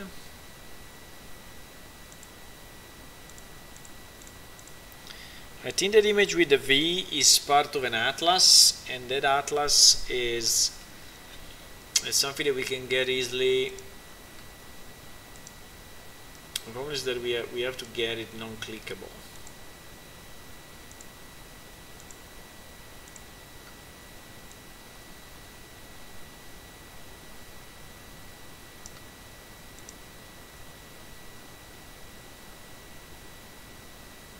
G icon, I think it's something like this. Yes, it's like one of these icons, but in a bigger way. Okay, so we will think about it. I don't want to spend time now to think about the graphics because someone else will probably work on the graphics and make it super nice. So the moment we just want to send the signal, then it is done. So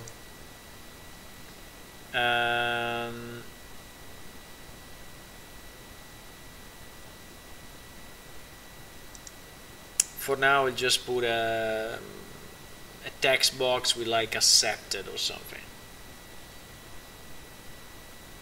I don't want to go crazy now and do something and spend time on that. So we will just put a text block here. Ouch, I moved something. No.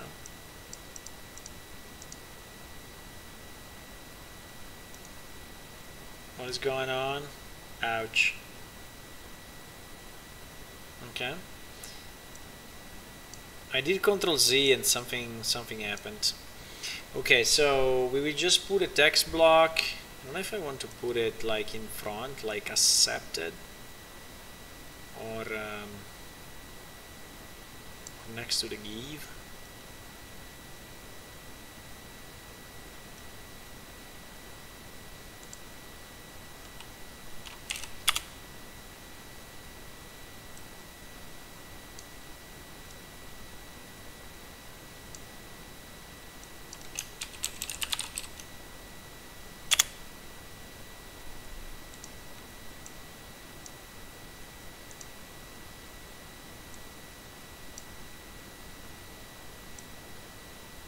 Okay, I know it's a bit ugly, but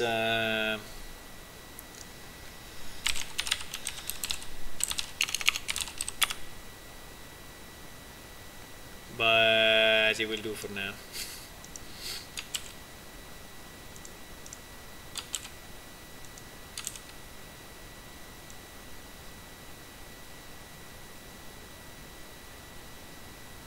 I know it's not great, but it's okay.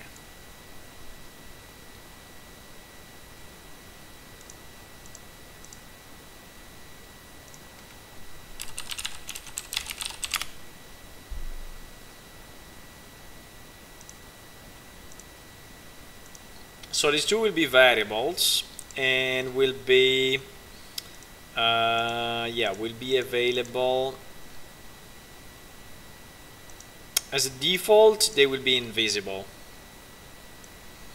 right? So we make it not visible. Visibility hidden. Okay. And visibility hidden. So as a default they will not be shown. And then as we receive that message, right, this one, which is the event receive exchange status, then we will call our window, which is win exchange, this guy, and maybe we can create a method just to avoid interacting directly with the window, which I don't think is a great idea. We can just create maybe a function in it. You know, we can create a new function and we can call it update exchange status. And update exchange status will have two variables, player accept and other player accepted. And no, sorry, I placed it in the wrong one.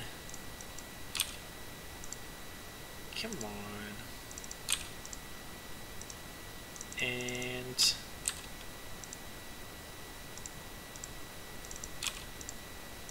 okay, so we'll have two parameters, one player accepted and another player accepted, and what it will do, will just trigger the visibility of these two text boxes. Okay,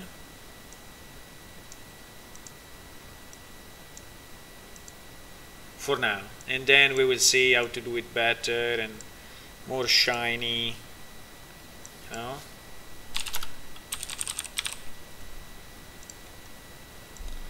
So set visibility, so it will be, well, I think we have to branch though. Yeah, I think we need to branch, and if player accepted is true, then we set it to visible. If player accepted is false, then we set it to hidden. And after this we do the same check with the other. So we branch, the condition will be the other player, and it will be exactly the same. So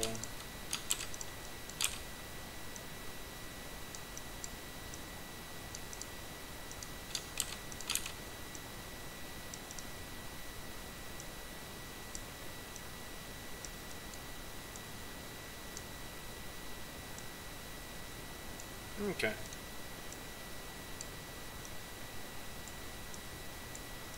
Okay.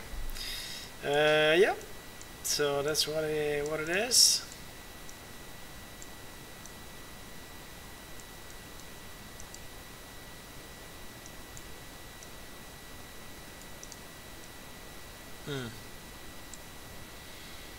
Okay. So yeah, we are basically setting the visibility based on the status that we receive, right? which is yes, which is what we need. So we need to say if we accepted or if the other player accepted, and then the next step will be when both accepted, then finally the exchange can happen, right? And the window can go away. So the window can go away in multiple occasions. Can go away if you refuse, because if you refuse, it's automatically cancelled. So when you click on this button, which is actually the refuse, which maybe we can set up as an X or something, because now is the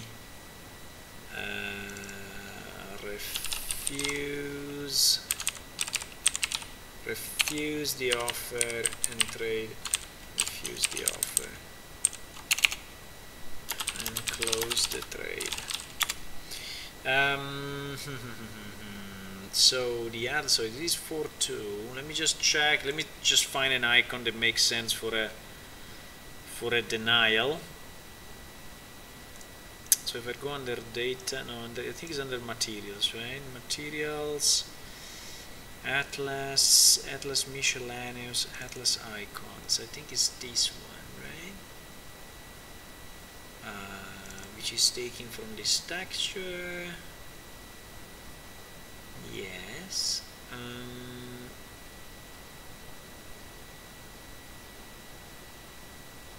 I mean, we have this X. We can just take any X and, you know, just take like this one or this one.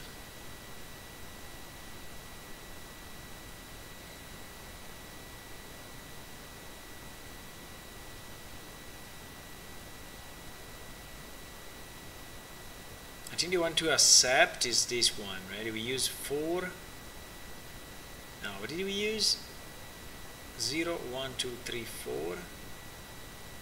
0, 1, 2. This one.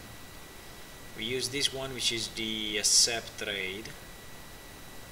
And this one is the refuse, because you are alone. Okay, so we can use this one maybe. So it's a 5-2. It's a 5-2 instead of a 4-2. Okay. So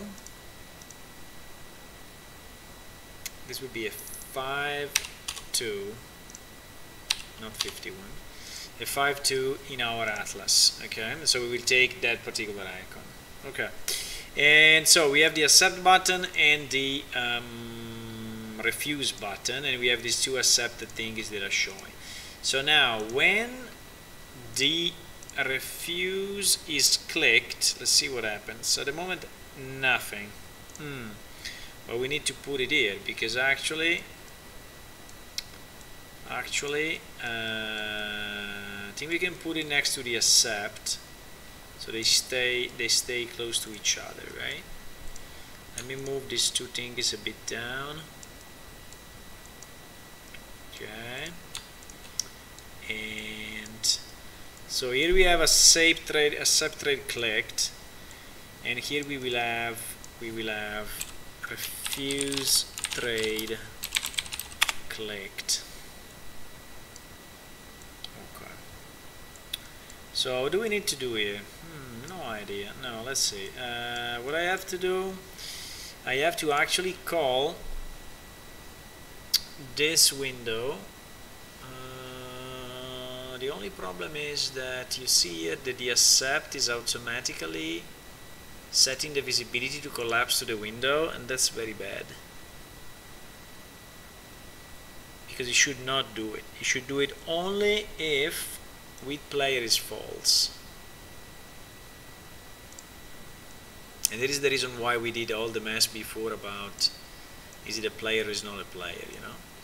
Because if he's not a player and you click on accept, if he's an NPC, so I need to branch on this. So if he's an NPC, we automatically close the window because the NPC accepts the trade automatically. So if he's with player false, we do this. If he's with player true, Actually, I think that we can see if we receive the acceptance from the other guy, right? And if we receive the acceptance from the other guy, then we can close the window. So I think that we also need to save a variable which is other accepted. So in addition to just setting this, we also need to, in our function which is update exchange status, this one, I also would like to set one variable that we are going to add, which is other player accepted. The problem is that I gave it exactly the same name. No, it's other accepted. Okay, yeah, well, okay. It's maybe not the best, but so we want to set this variable, and we want to set it to the value that we get from here. Well, maybe it's more clean if I do it at the beginning. Yeah, it's more clean if I do it at the beginning, for sure. So let me move this to the beginning.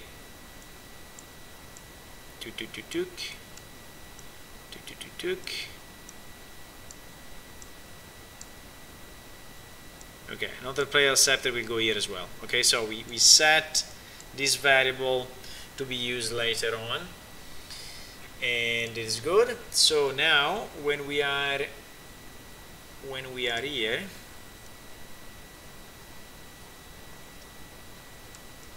so if it's full, maybe I can just do two boxes and just explain what I'm doing, because I don't know if it's so clear.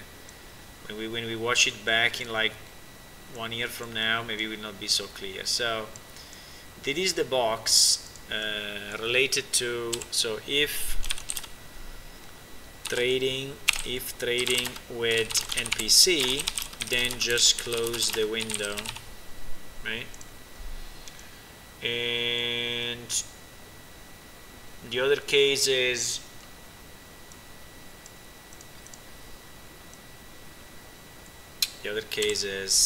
if trading with player, close the window only if other player accepted. Okay, so that's the logic that we're going to apply to this.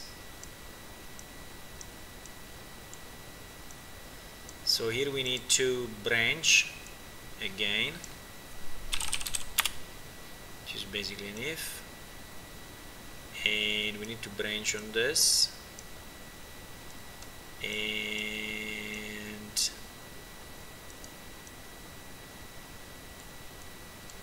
what? And so if the other player accepted, then we can really close the window. So I can go here, it's probably easier. If not, we do nothing.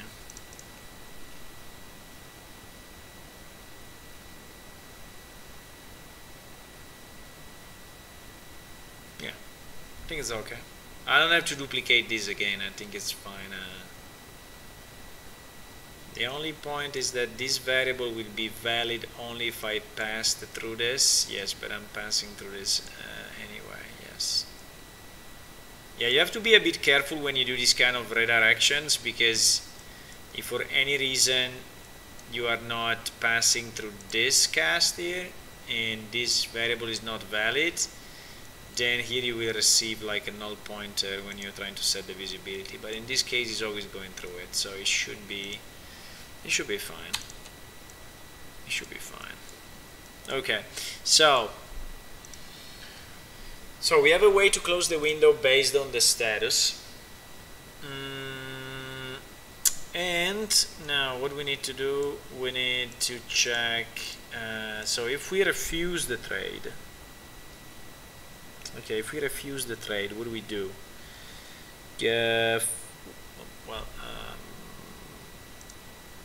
We need to send the information to the server, and in any case we need to close the window, right? So the window will be closed anyway. So we will, can I make it a bit more, wait a second, because I want to make it so that each one has its own space. Something like that, right? So it's more, yeah, each one has its own space. So if we, so we need to, so this code unfortunately will have to be taken one-to-one in the same way. So instead of accept trade, we call I think there is another method which is called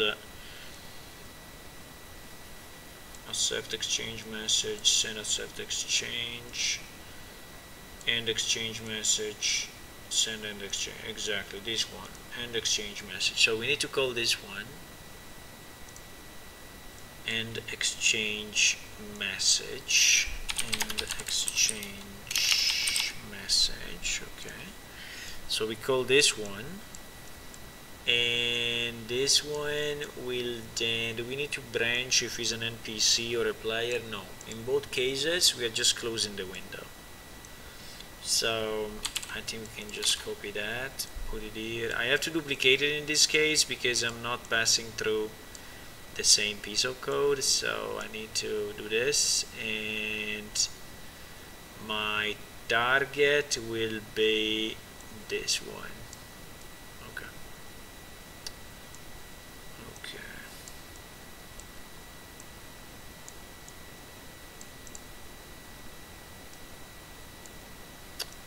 Okay, it's fine.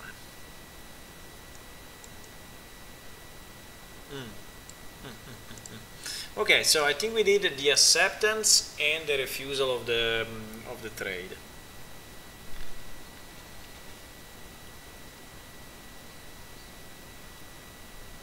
Which is nice.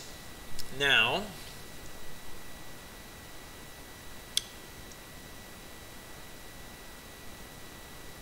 what else is missing? What else is missing?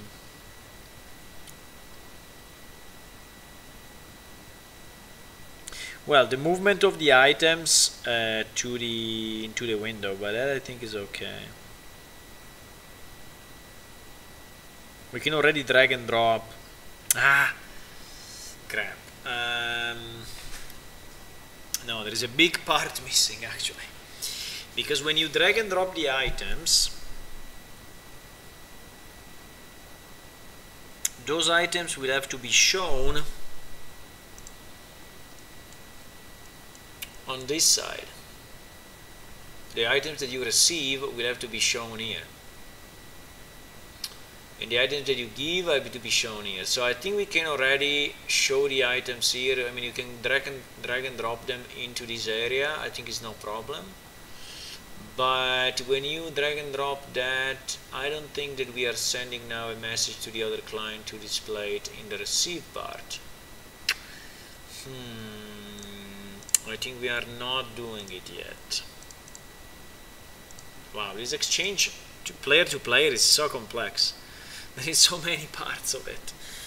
Okay, so I think we should have here another piece of code dedicated to sending items.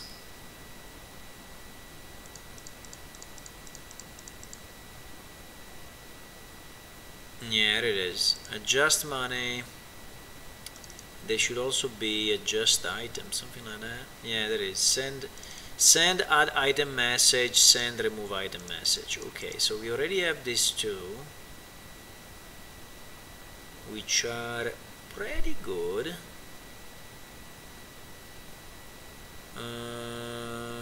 Add item. Why we have an add item and a send add item message?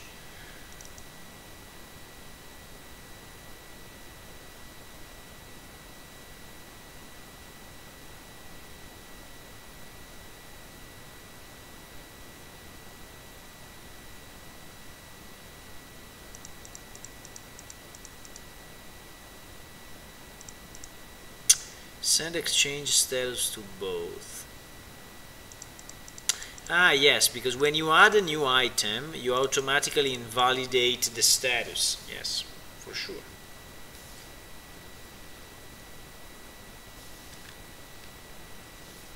For sure. Because it's a different trade, you know. The same if I remove it.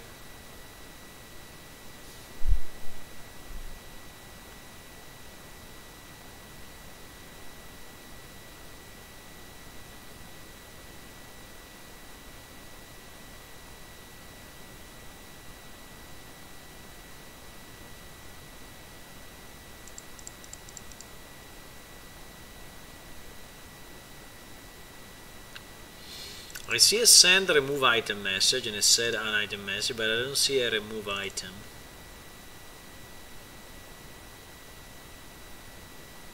Why?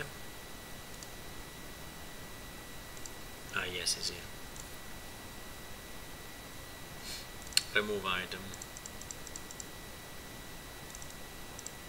So when is this called? When is this called?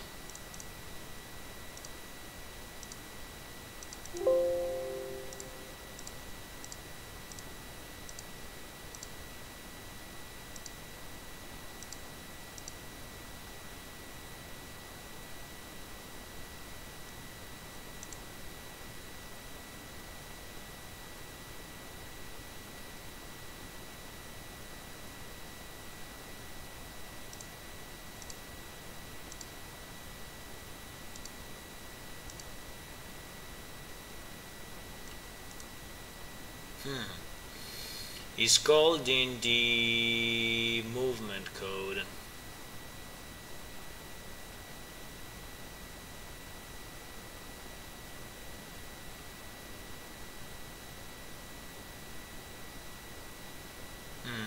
I think we are executing this already.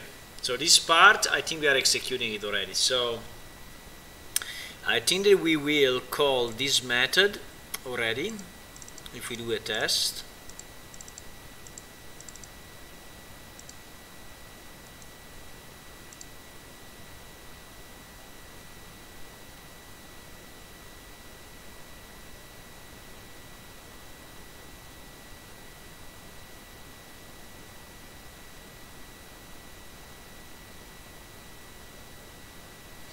And then is sending the remove item message. Okay, I think the code is already all set up to do exactly what we need.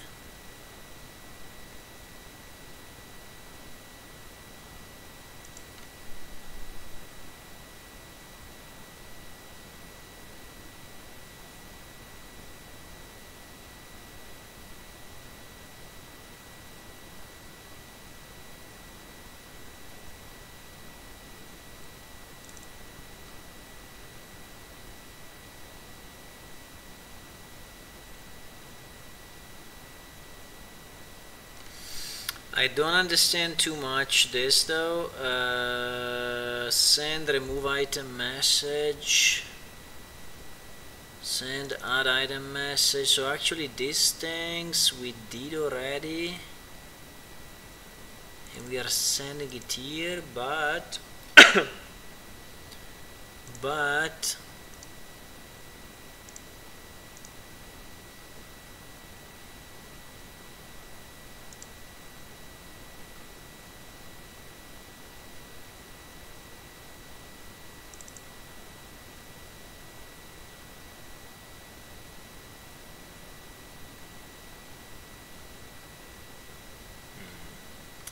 it seems to me that we are doing it twice. I don't understand too much. So there is one message that we send in PS Exchange, which is a superclass of our player-to-player exchange, okay, which is this message, and we actually send this message to the client and to the blueprints. Receive exchange add item, right? And this exchange add item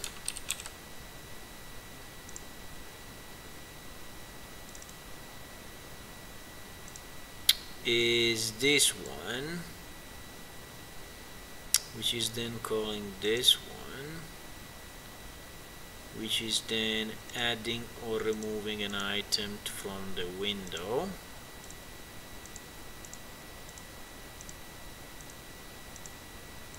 So this we are doing already. So why we are doing it twice, I don't understand. Why we have to do it also from the player-to-player exchange if we are already doing it here? It is a big mystery to me. Let me see if I search PS Exchange now. Why not? Exchange Manager, PS Exchange. No.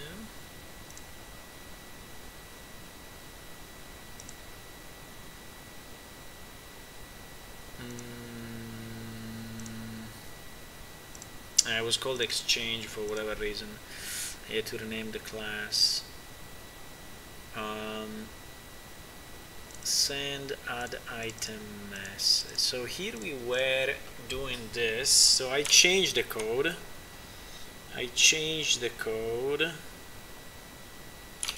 Send add item message.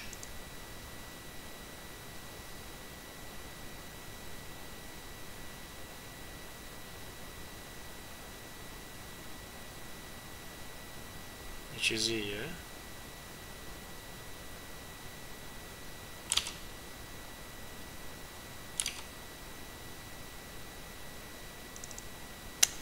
Yeah, but actually yes, he's sending it here, and he's sending it also in the player-to-player exchange. That is a bit confusing to me. I don't understand why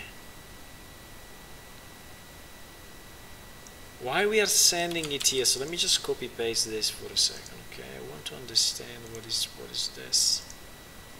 So this is the code that we have in exchange send an item message. Okay, then we have the other class, which is player-to-player exchange, and we also have a send an item message, which is exactly the same one, which by the way calls the parent, right? The superclass message, which is the method, which is the one that I just copied. Okay, so in reality, is like if this thing is doing. Now let me just copy paste it instead of this, just for the sake of reading one text only. Okay, and as you can see, is sending an exchange item message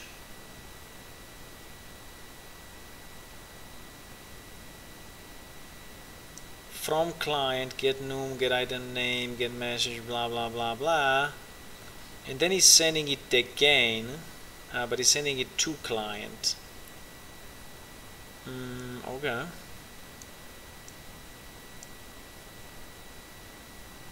No, but from client, 1 second.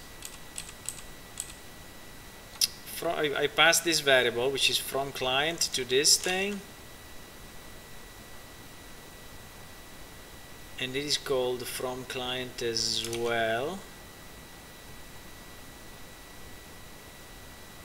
Okay, so that's the difference. That one is sent to the former client and one is sent to the other player.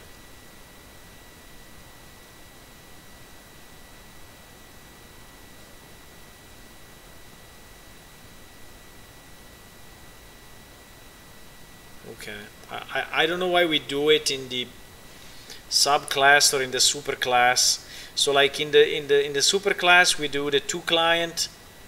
Now we do the from client, and in this class we do the from client. Why we don't do it in the same method, I don't get it. But anyway, this is the way it's done, but it's not a duplication actually, so which is the point I wanted to double check. So it's sending it to two different clients. Probably the reason is that the this method is used also if you are trading with an NPC, so there is the same complexity here. And so yeah, in that case you send it only to me, which is the from client. If you are here, you send it also to the other guy. Yeah, I think that's the point. I think that is the point.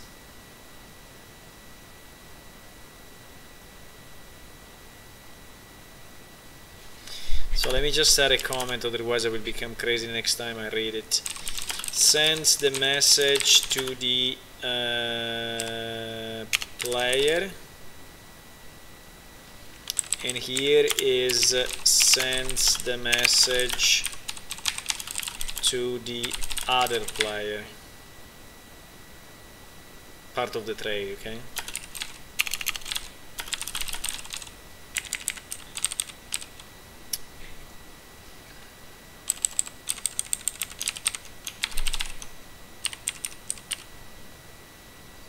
So that's the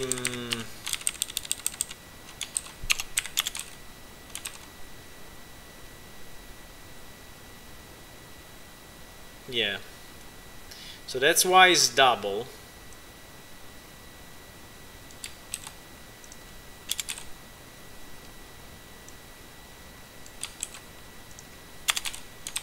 Okay, so we added a bit of documentation also to the old client, which is always nice. So here, so just going back to Unreal Engine then, I was a bit confused because here I was sending the message once and then I was sending it twice, but it's exactly good. So it's exactly what I need to do. So the good news is that I already have the method, because it's the same method that I used for the player to NPC exchange.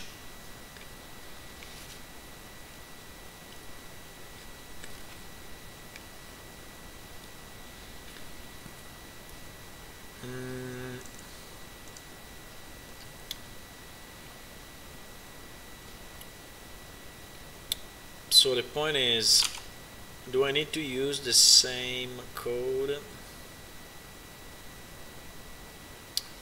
The item is actually the same. But yes, I have to use exactly the same code. Sorry. So it's exactly the same code, with the difference that in this case is container receiving, and the other case is exchange container offering. But okay. So let's try not to mess up anything, because I think it's very easy to mess up at this point. Send add item message.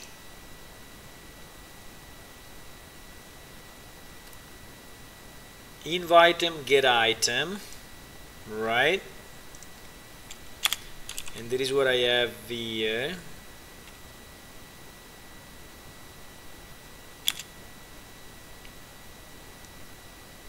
Item, inv item, get item. I think this stays the same.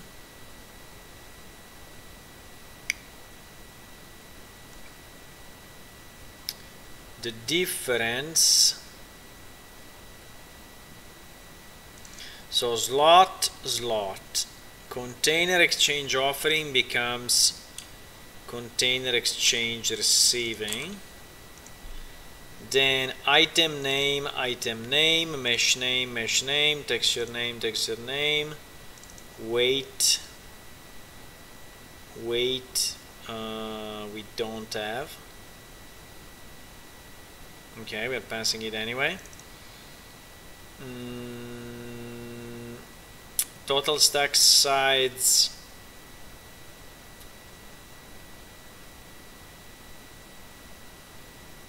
and exchange stack count is here.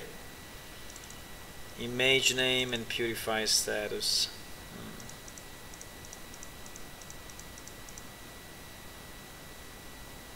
I'm not fully convinced it's the same, but now it should be okay. But we have more parameters here. But we have more parameters because this item description is actually used in multiple methods, so it's a kind of a, you know, structure that we use in different parts of the code. and so that's why I think we have this issue. We have this difference. So I think it's okay. So I think I can remove this, and we always have the old code if we want to go back.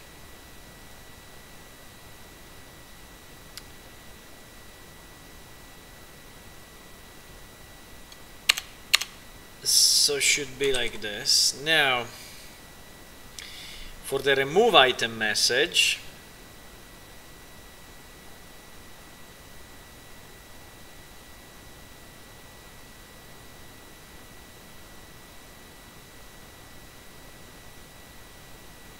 what is this 0?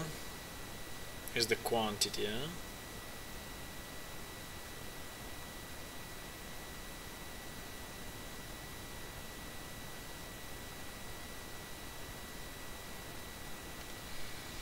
Is the quantity.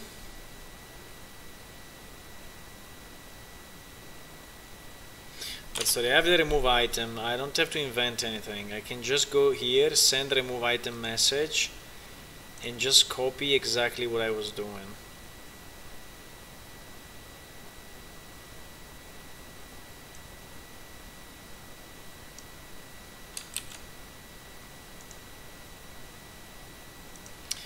Because it's exactly the same. Ah, did a mistake. Because here it should be to client. Okay. There should be to client. And here should be to client as well. Okay, so I copy this, and I just put it like this, and the difference is that is container exchange receiving. Wow. And there is to client. I don't know, boys, but if we get it right, that would be pretty good.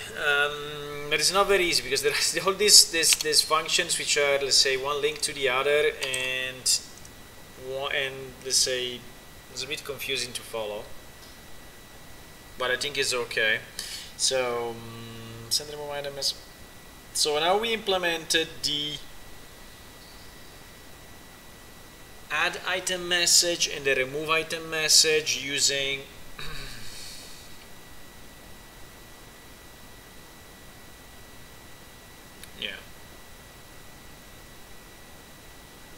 I'm not 100% sure that on the client side we are properly doing this, but we will see. I mean, if we have a container exchange offering, I don't know if we are container exchange receiving, I don't know if we are managing this case in our blueprints. I don't know.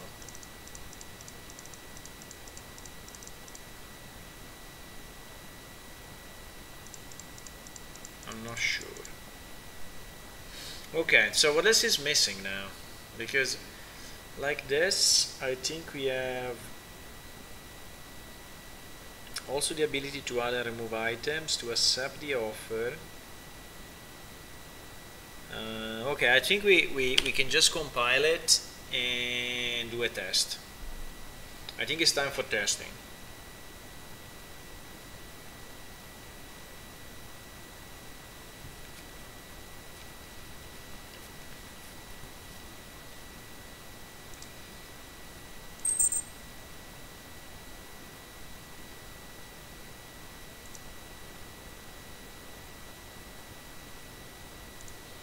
Do we want to do a clean compile, maybe without auto reload and weird stuff? Compilation seems to work okay, but I just recompile and save all the items that I have touched. So win exchange, player controller, character blueprint, maybe also this one. Chat bubble, I think I changed as well, and that's it. So if I close, it should not ask me to save anything. Okay, these two things we don't save. Okay, so let's recompile without auto reload and we can test a bit.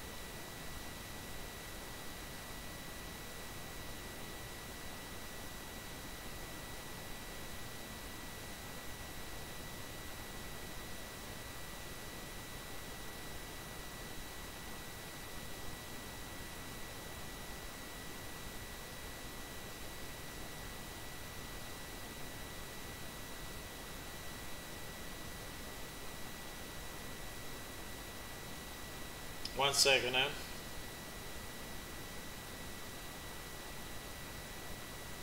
Sorry, I was getting distracted during the compilation by some messages. Okay. So we compiled clean.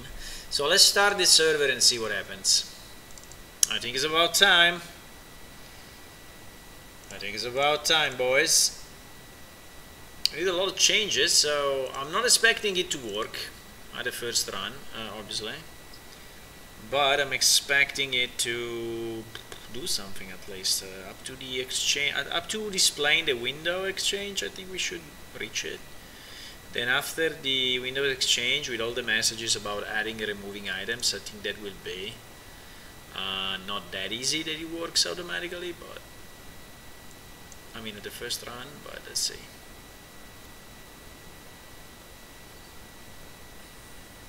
So as usual, we need to connect with 2 clients.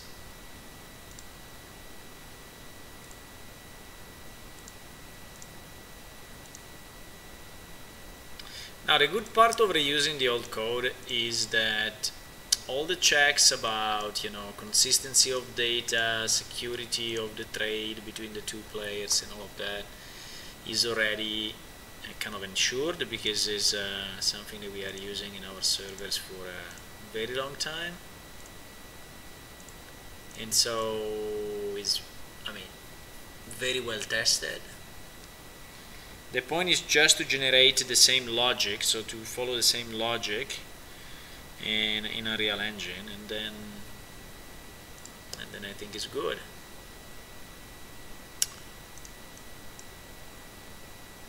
Okay, so what we want to do, we want to trade with this guy. So I will click on the trade button, and I have this pop-up, do you want to trade? So I will select yes.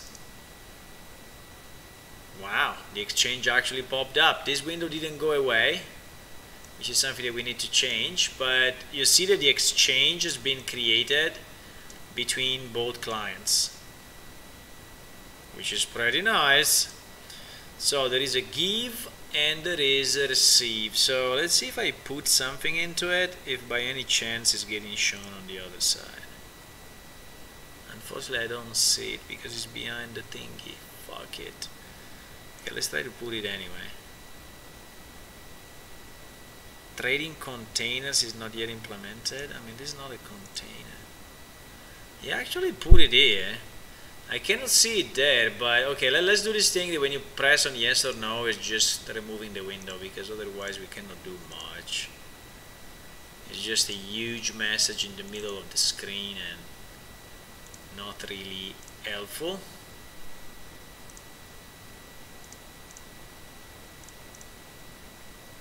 So as soon as you click on yes or no, we can just dispose the window, because anyway is yeah, whatever you say, it should go away. Now I think we also have a spam prevention system. So like if someone wants to be annoying with you and he continuously asks to trade, so do you want to trade, do you want to trade, do you want to trade, do you want to trade, like continuously. So there must be some sort of spam prevention to avoid this guy of doing it too much, and actually there is. So I've seen a check for spam kind of method in our code, which I think is allowing you to do it only every X amount of time or something. Okay, so where is that pop-up? I think it's called confirmation box. Yes, this one. So if I click on yes, or if I click on no, in both cases I want to dismiss the dialog. So what was that? Was removed from parent of the widget? I think it was removed from parent, right? Because we want to remove it completely. We want to destroy the widget and remove it. So another one, we don't want just to hide it, we want to really remove it.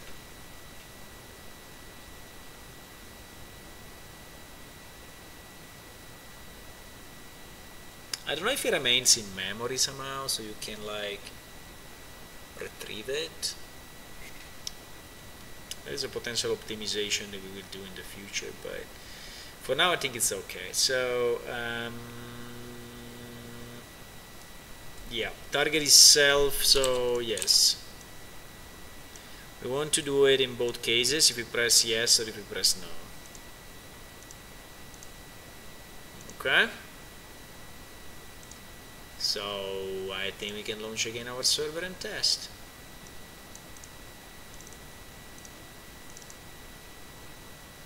I'm not going in debug mode at the moment, but I don't really care.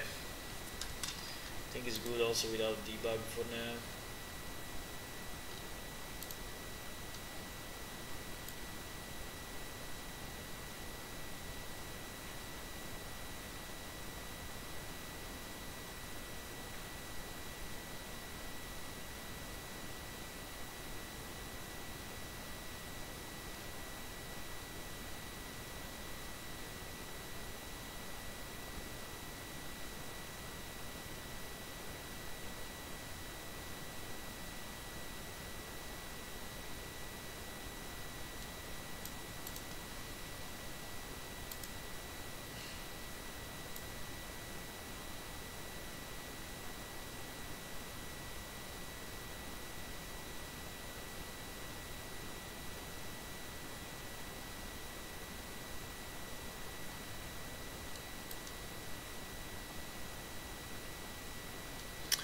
Okay, so we're logging in.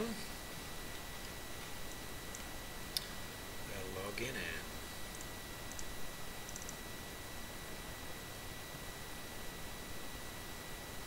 I think the same system will be used also for the duels, for example. So when you are asking someone to duel, there is kind of the similar sequence of steps and the confirmation box and all of that. So I think we are going to reuse some of what we did in other cases, which I think is good, because we spent quite a bit of time on this player exchange.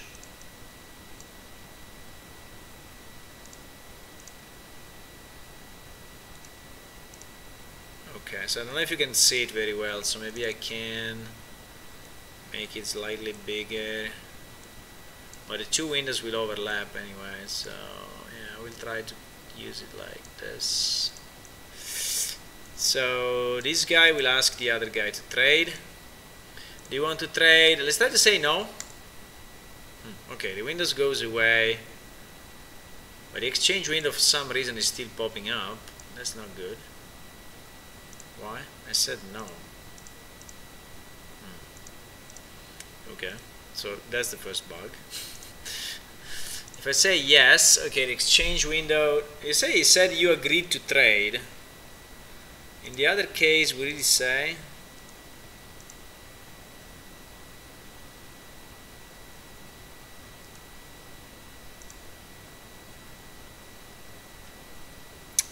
saying he's already busy with another trade, so I think it's not, something is not working as expected. He's already busy with another trade. Okay, so I think if you close the window, open it up multiple times, he's not ending the trade properly. Maybe he's not ending it on the no. Could be. In fact, he popped up the exchange window anyway, so I think we need, I mean, if you answer no, nothing should happen, like nothing, right?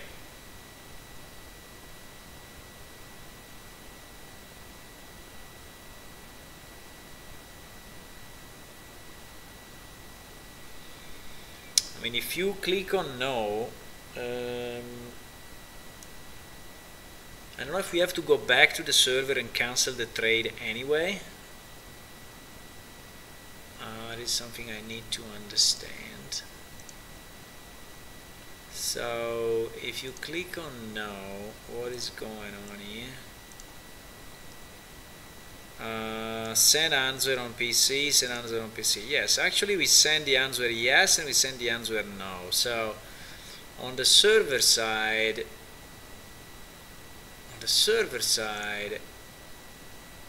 we should catch that, and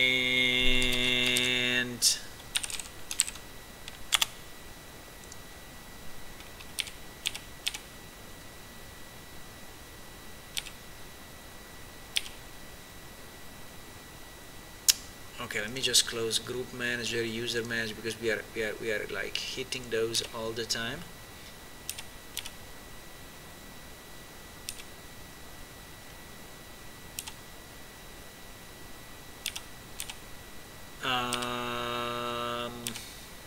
Wow, there's a lot of yes. There's a lot of yes and no.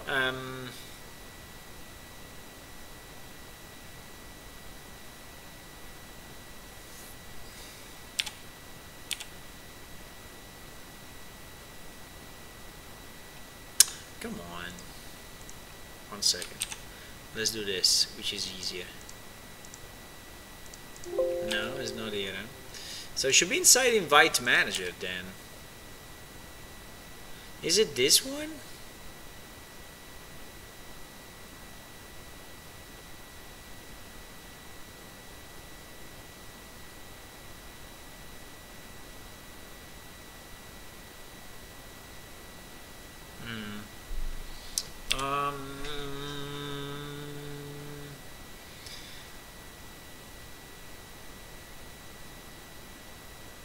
I mean, I don't understand why when I say no, actually we get the exchange window open up anyway.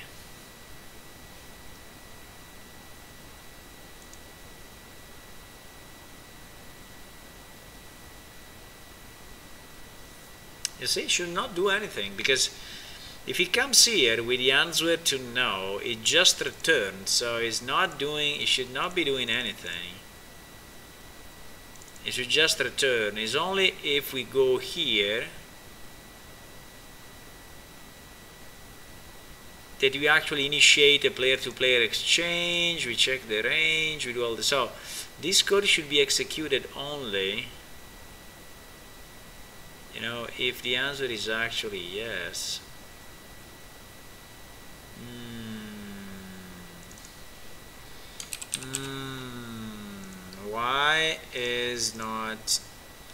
Why is doing it anyway?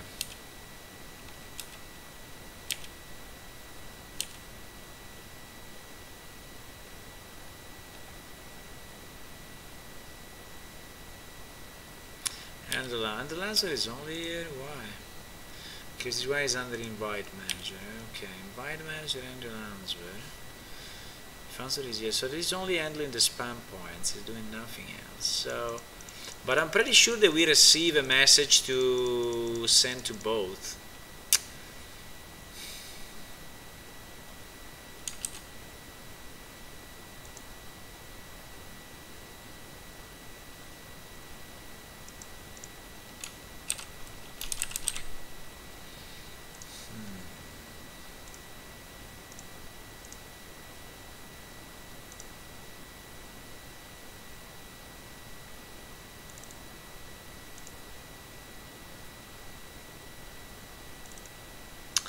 Seems to me that we are, yeah, the set request to both is initialized only when player-to-player exchange is created, And to my understanding, player-to-player exchange is created only when in our handle answer we end up with a yes.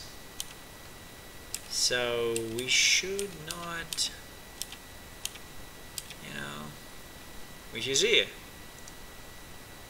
So it means that this return doesn't work as expected. Okay, I think we need to debug it and see if he arrives here or not. Before doing that, I would like to change all those messages because there are 1 million messages that we don't we didn't convert properly, and now they are hurting us a bit because we don't see any of these outputs. So all these messages, which are the send system error and such, all of those are still the old syntax, and so not working as we want. So let's go and convert them out. I think it's the best if we could just decide if we just convert them out. So let's convert all the send system error first. We did this job already multiple times, I know, but now we need to do it again. And on send system error, okay, so all these ones we will have to change. Actually, this one is already an F string, which is great. So the only thing we need to do is to ensure that we use inviter client and we use message, and then this one can go away, and we fixed it. Now we need to do the same for the others. So this one is already a printf, so it's easy. So we should ensure that we pass in this one, and it's good. The second one unfortunately is not yet a printf, so we need to convert it. So we need to take this, move it here, close the parentheses, call inviter client, and then call message. Okay, this one we fixed. Then this one is a one-liner, so we can just do it this way. Wow, it's invited and inviter. Oh my god, I need to be super careful. Inviter, okay. Invited. I need to be super careful on not messing up with this. Okay. So this one is done. Now this one needs to be pre-formatted, so we need to convert it to an F string. So it means that we need to take this, put it here, close the parentheses, and it is again inviter client.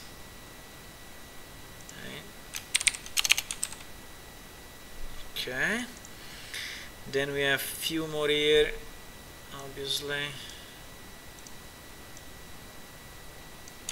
There are quite a lot of these messages.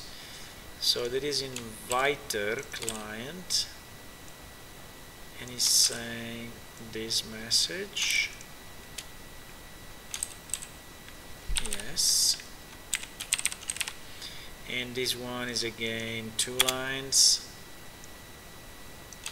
So we need to copy this, take this, put it here, close the parentheses, and ensure that invited is invited. Okay, wow. Now, how many others? Quite some others. Okay, let's see. There is this one.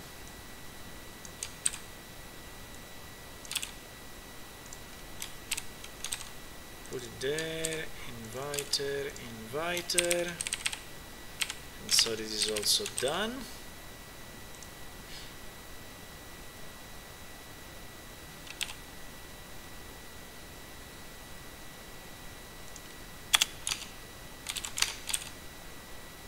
another one here.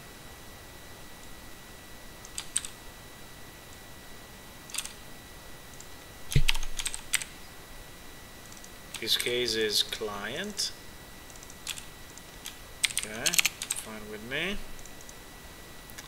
And let's see if there are others. Yeah, there are others, obviously. In this case, we need only the second line. So it is client, and there is the message.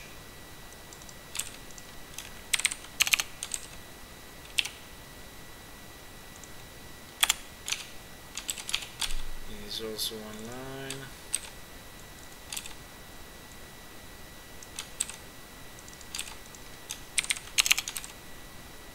Okay.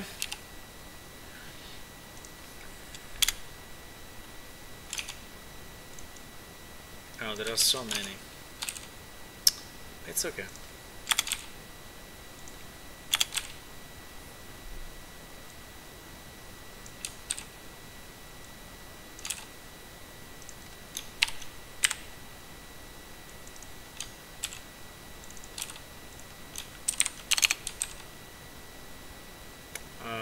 Yes, I did it right. Then I take this.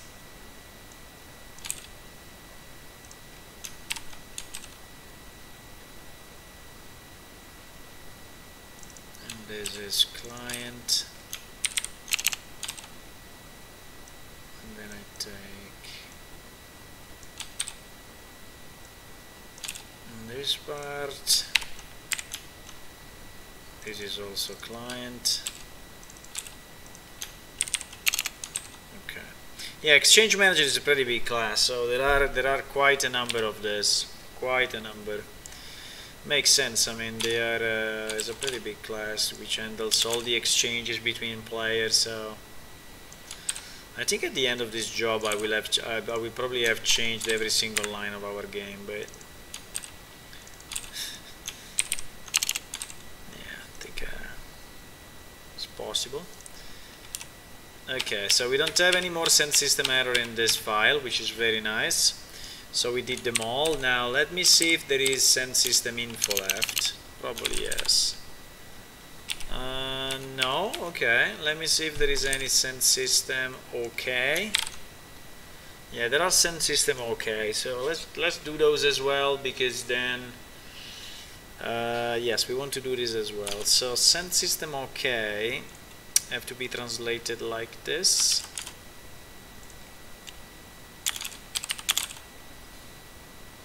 So the message is trade completed in both cases. The difference is that here is target client and here is starter client. Okay. So we converted this as well. There is another one which is basically identical, so maybe we can just take it from here.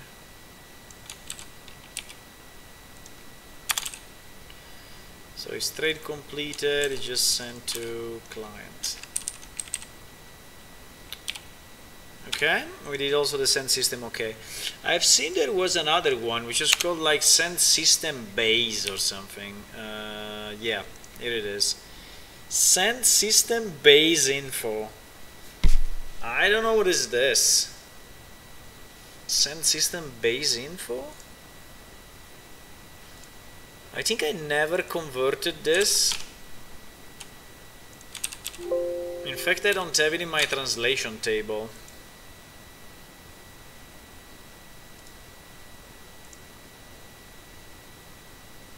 I have no idea what is this.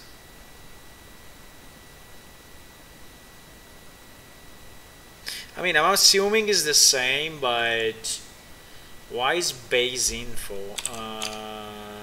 Don't know.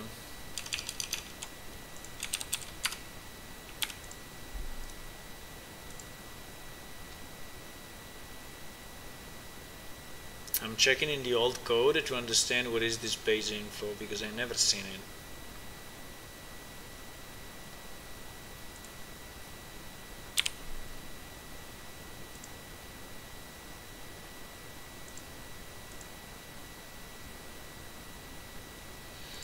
Okay, so send system base info.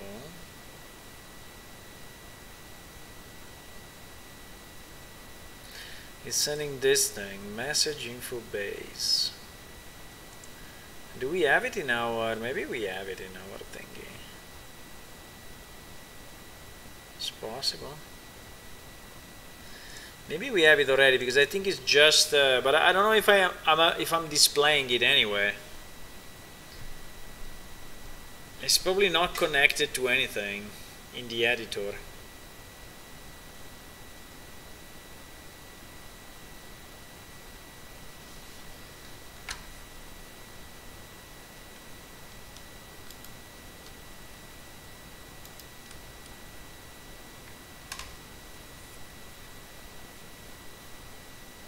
Let me check it.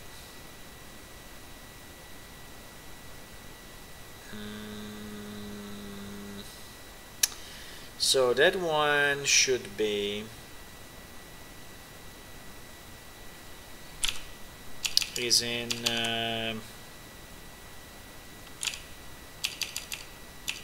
player controller, or is in no, is in our PS character.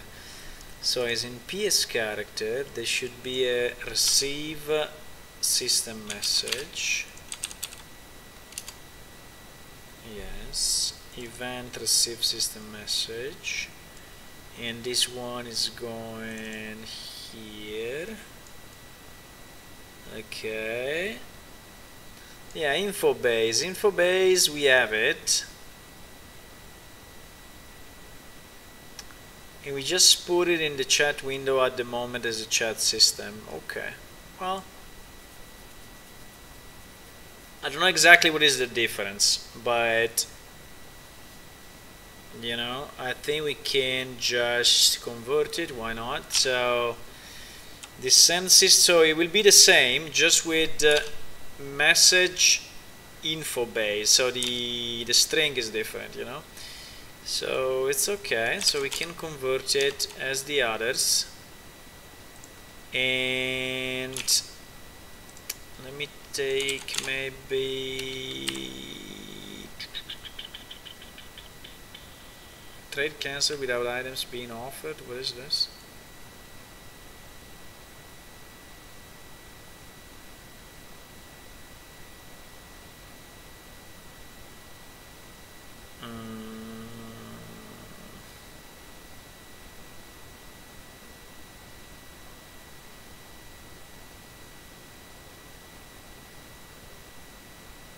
I don't know if this comment, like on the right side, is a leftover or is something meaningful.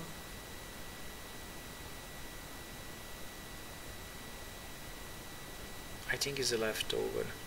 I think no one saw it because it was too much on the right. Could be. I think it's a leftover, so I will not port it. Okay, so we need to change this with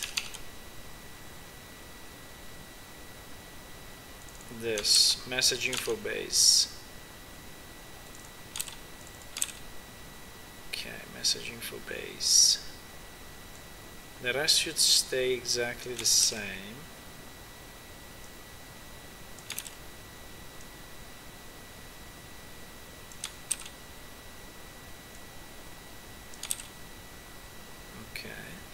And then we need to ensure that the target client and starter client are correct.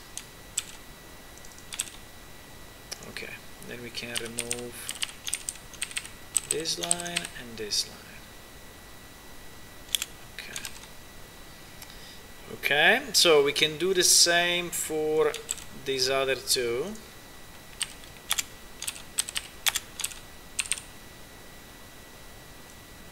Just have to be super careful in copy pasting the right information.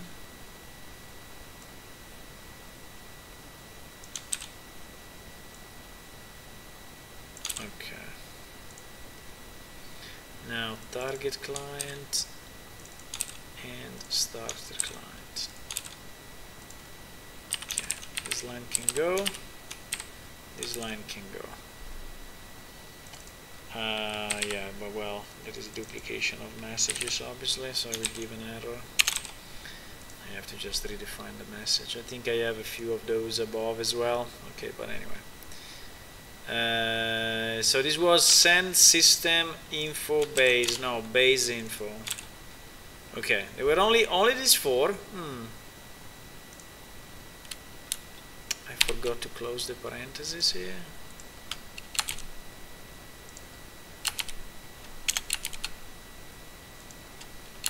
Okay.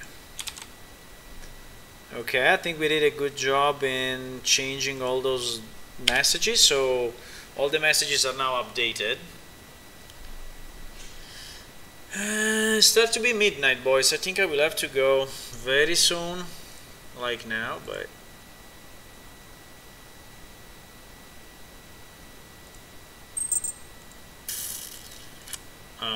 okay, succeeded. Compilation succeeded. So let me just check if in invite manager there is any send system that we still have to convert. Yes, there are a few. Let's do it here as well, so we just did it, you know, and it's done once and forever.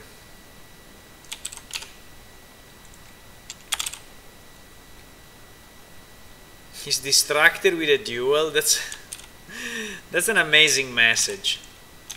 You're trying to trade with this guy and saying it is distracted with a duel. So like, no way, you cannot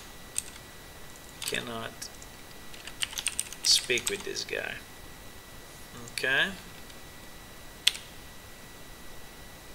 Yeah, there are a few others.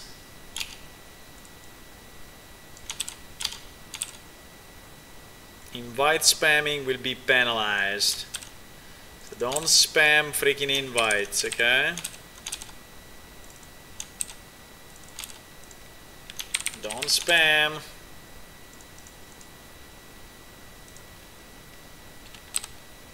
Why is... Okay.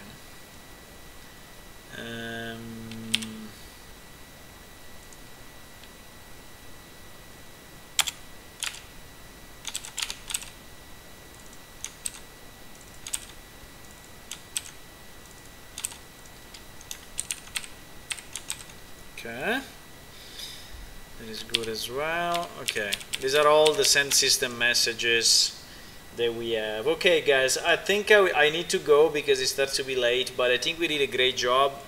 We completed, I mean, if we go back to our mission, we still have to test a lot, but we did the receive yes no answer, we did the pop-up exchange window, so we did this.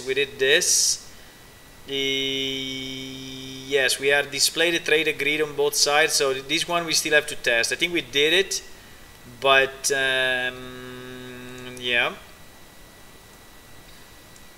there is another one that we have to add here, which is display, so which is move items, which there are two more items unfortunately.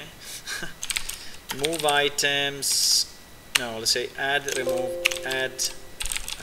items to exchange window. So yeah, and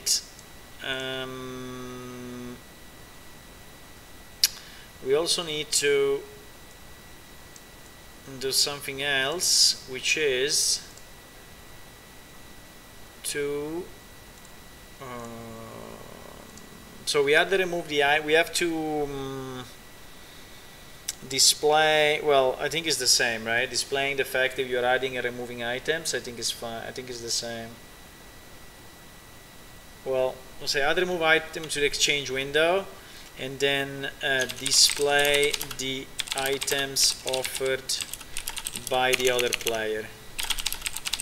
So that's probably the, yeah. Okay. So display the item offered by the other player. That's another thing we need to do. And then finally will be execute the exchange, meaning that we will have the actual items removed from the inventory, added to the inventory when both players agreed. Okay, so I think we did good progress. There are still, I mean, this freaking player exchange is insanely big. I mean, it seems easy, but it's not easy at all. So there's so much. There is so much to it.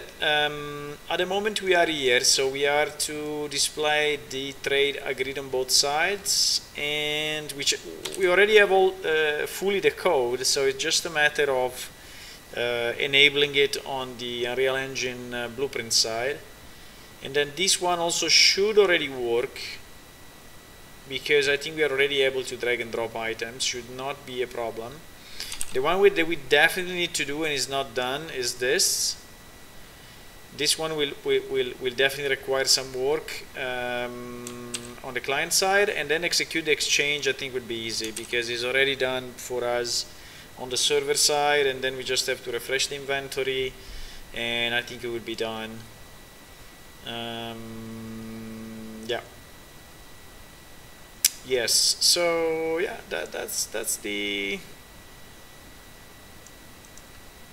the work we have to do, and to finish this task, which is a pretty big task, I have to say. I'm thinking maybe I should check in SVN all I did, so if someone else wants to work on it, they can continue. So let me just ensure that everything is saved, and let me also ensure that everything compiles, so that we don't have any weird errors, because I don't want you to get stuck, in case. And then we check it into SVN, and then I think we call it a day. Okay, one failed.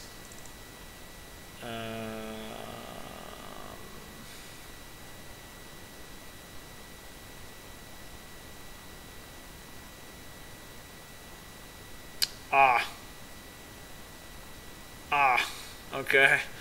This check for spam is still using client instead of APS character.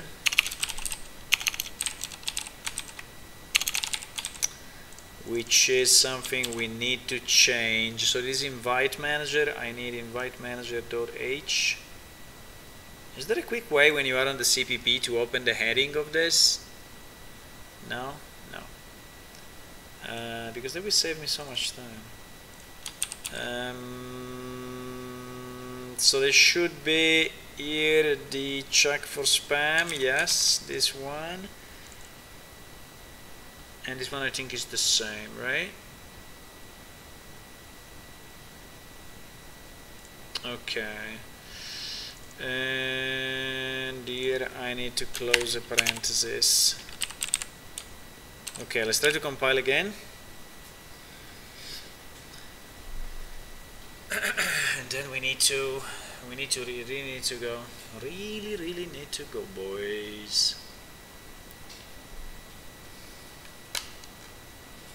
One failed.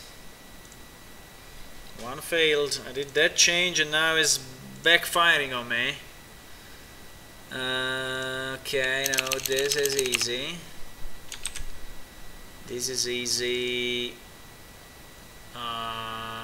Wow. Okay. There are some system messages. There are some freaking things.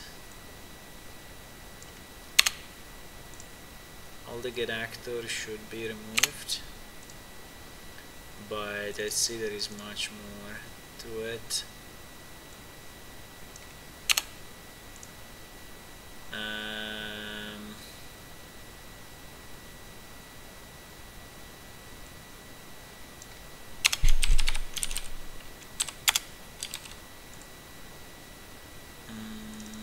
We will have to change this. All this function will have to be changed anyway. Increment advisor points. This one we don't have. Okay. Increment advisor points. Something that probably we didn't port yet.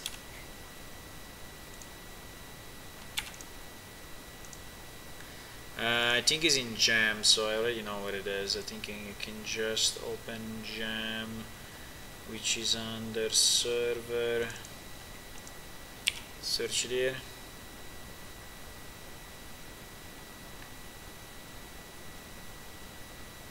Yes. So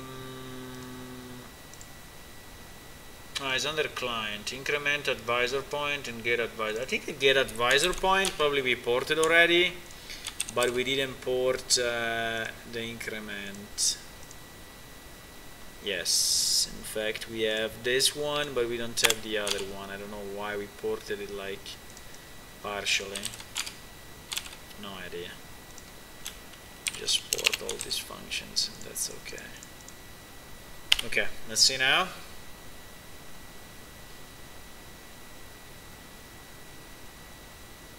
I just want to leave a a functional client if I check into SVN. I don't want to check in something that then breaks other people's builds. You may ask, why? Are there other people? Yes, incredibly yes. Incredibly enough, there are. There is someone else helping me. Mainly on the art side, but also on the blueprint side. Cyborg did a very good job. Now I think he's a bit busy these days, so I didn't see him recently, but maybe I should message him somehow.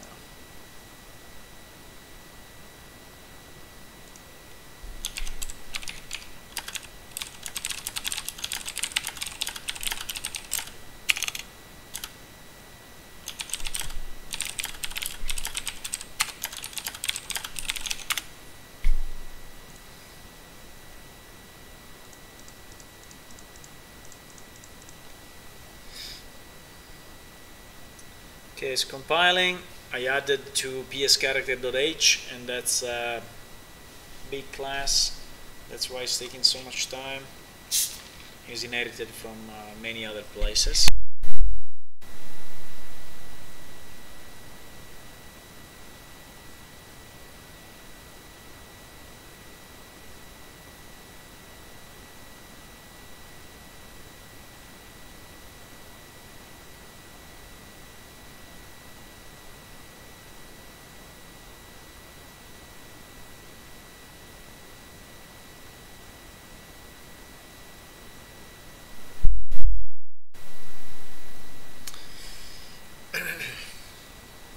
So, one succeeded. Okay, succeeded. Nice. Okay, so I think I can check it in this way. And for now, I will do the check-in. I will explain just a bit of what we did. So let me commit. Or commit. So default engine, I don't think we changed anything significant, right? No. So I think it's not needed. Player controller, PS character, all the maps we don't need. All these files, yes. The client and server, no. All these files, yes.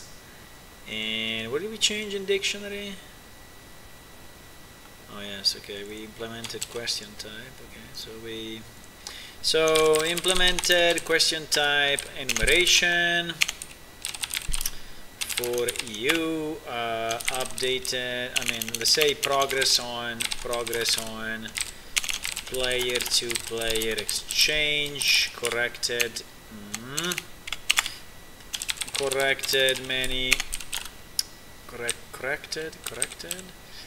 many old system messages. No, let's say corrected is not the right word. Converted.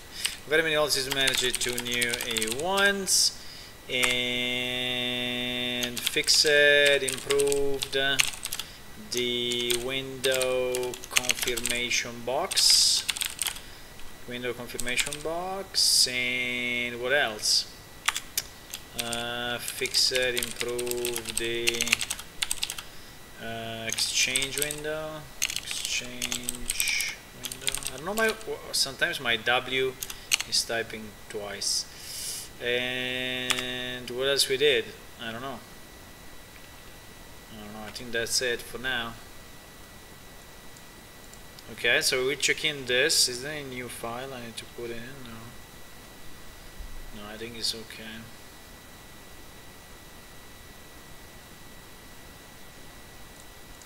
Okay, it's checked in. So anyone who wants to continue from here, you can go on. I will work on it. I think tomorrow evening I can stream. I will see, but I think I can. So potentially we will see each other tomorrow, otherwise the next day. But this week, I think I'm able to stream a bit. So it would be nice if I can finish this part by myself, you know, and then have the next stream with another feature. Maybe it will be better, because I don't know if I would really want to do another stream which is called player-to-player exchange part 5, which is start to be, you know, a bit too much, maybe. So maybe you are not interested to check this player-to-player exchange again, but we will see. Okay, with that, I think we can call it a day, and bye bye. See you soon.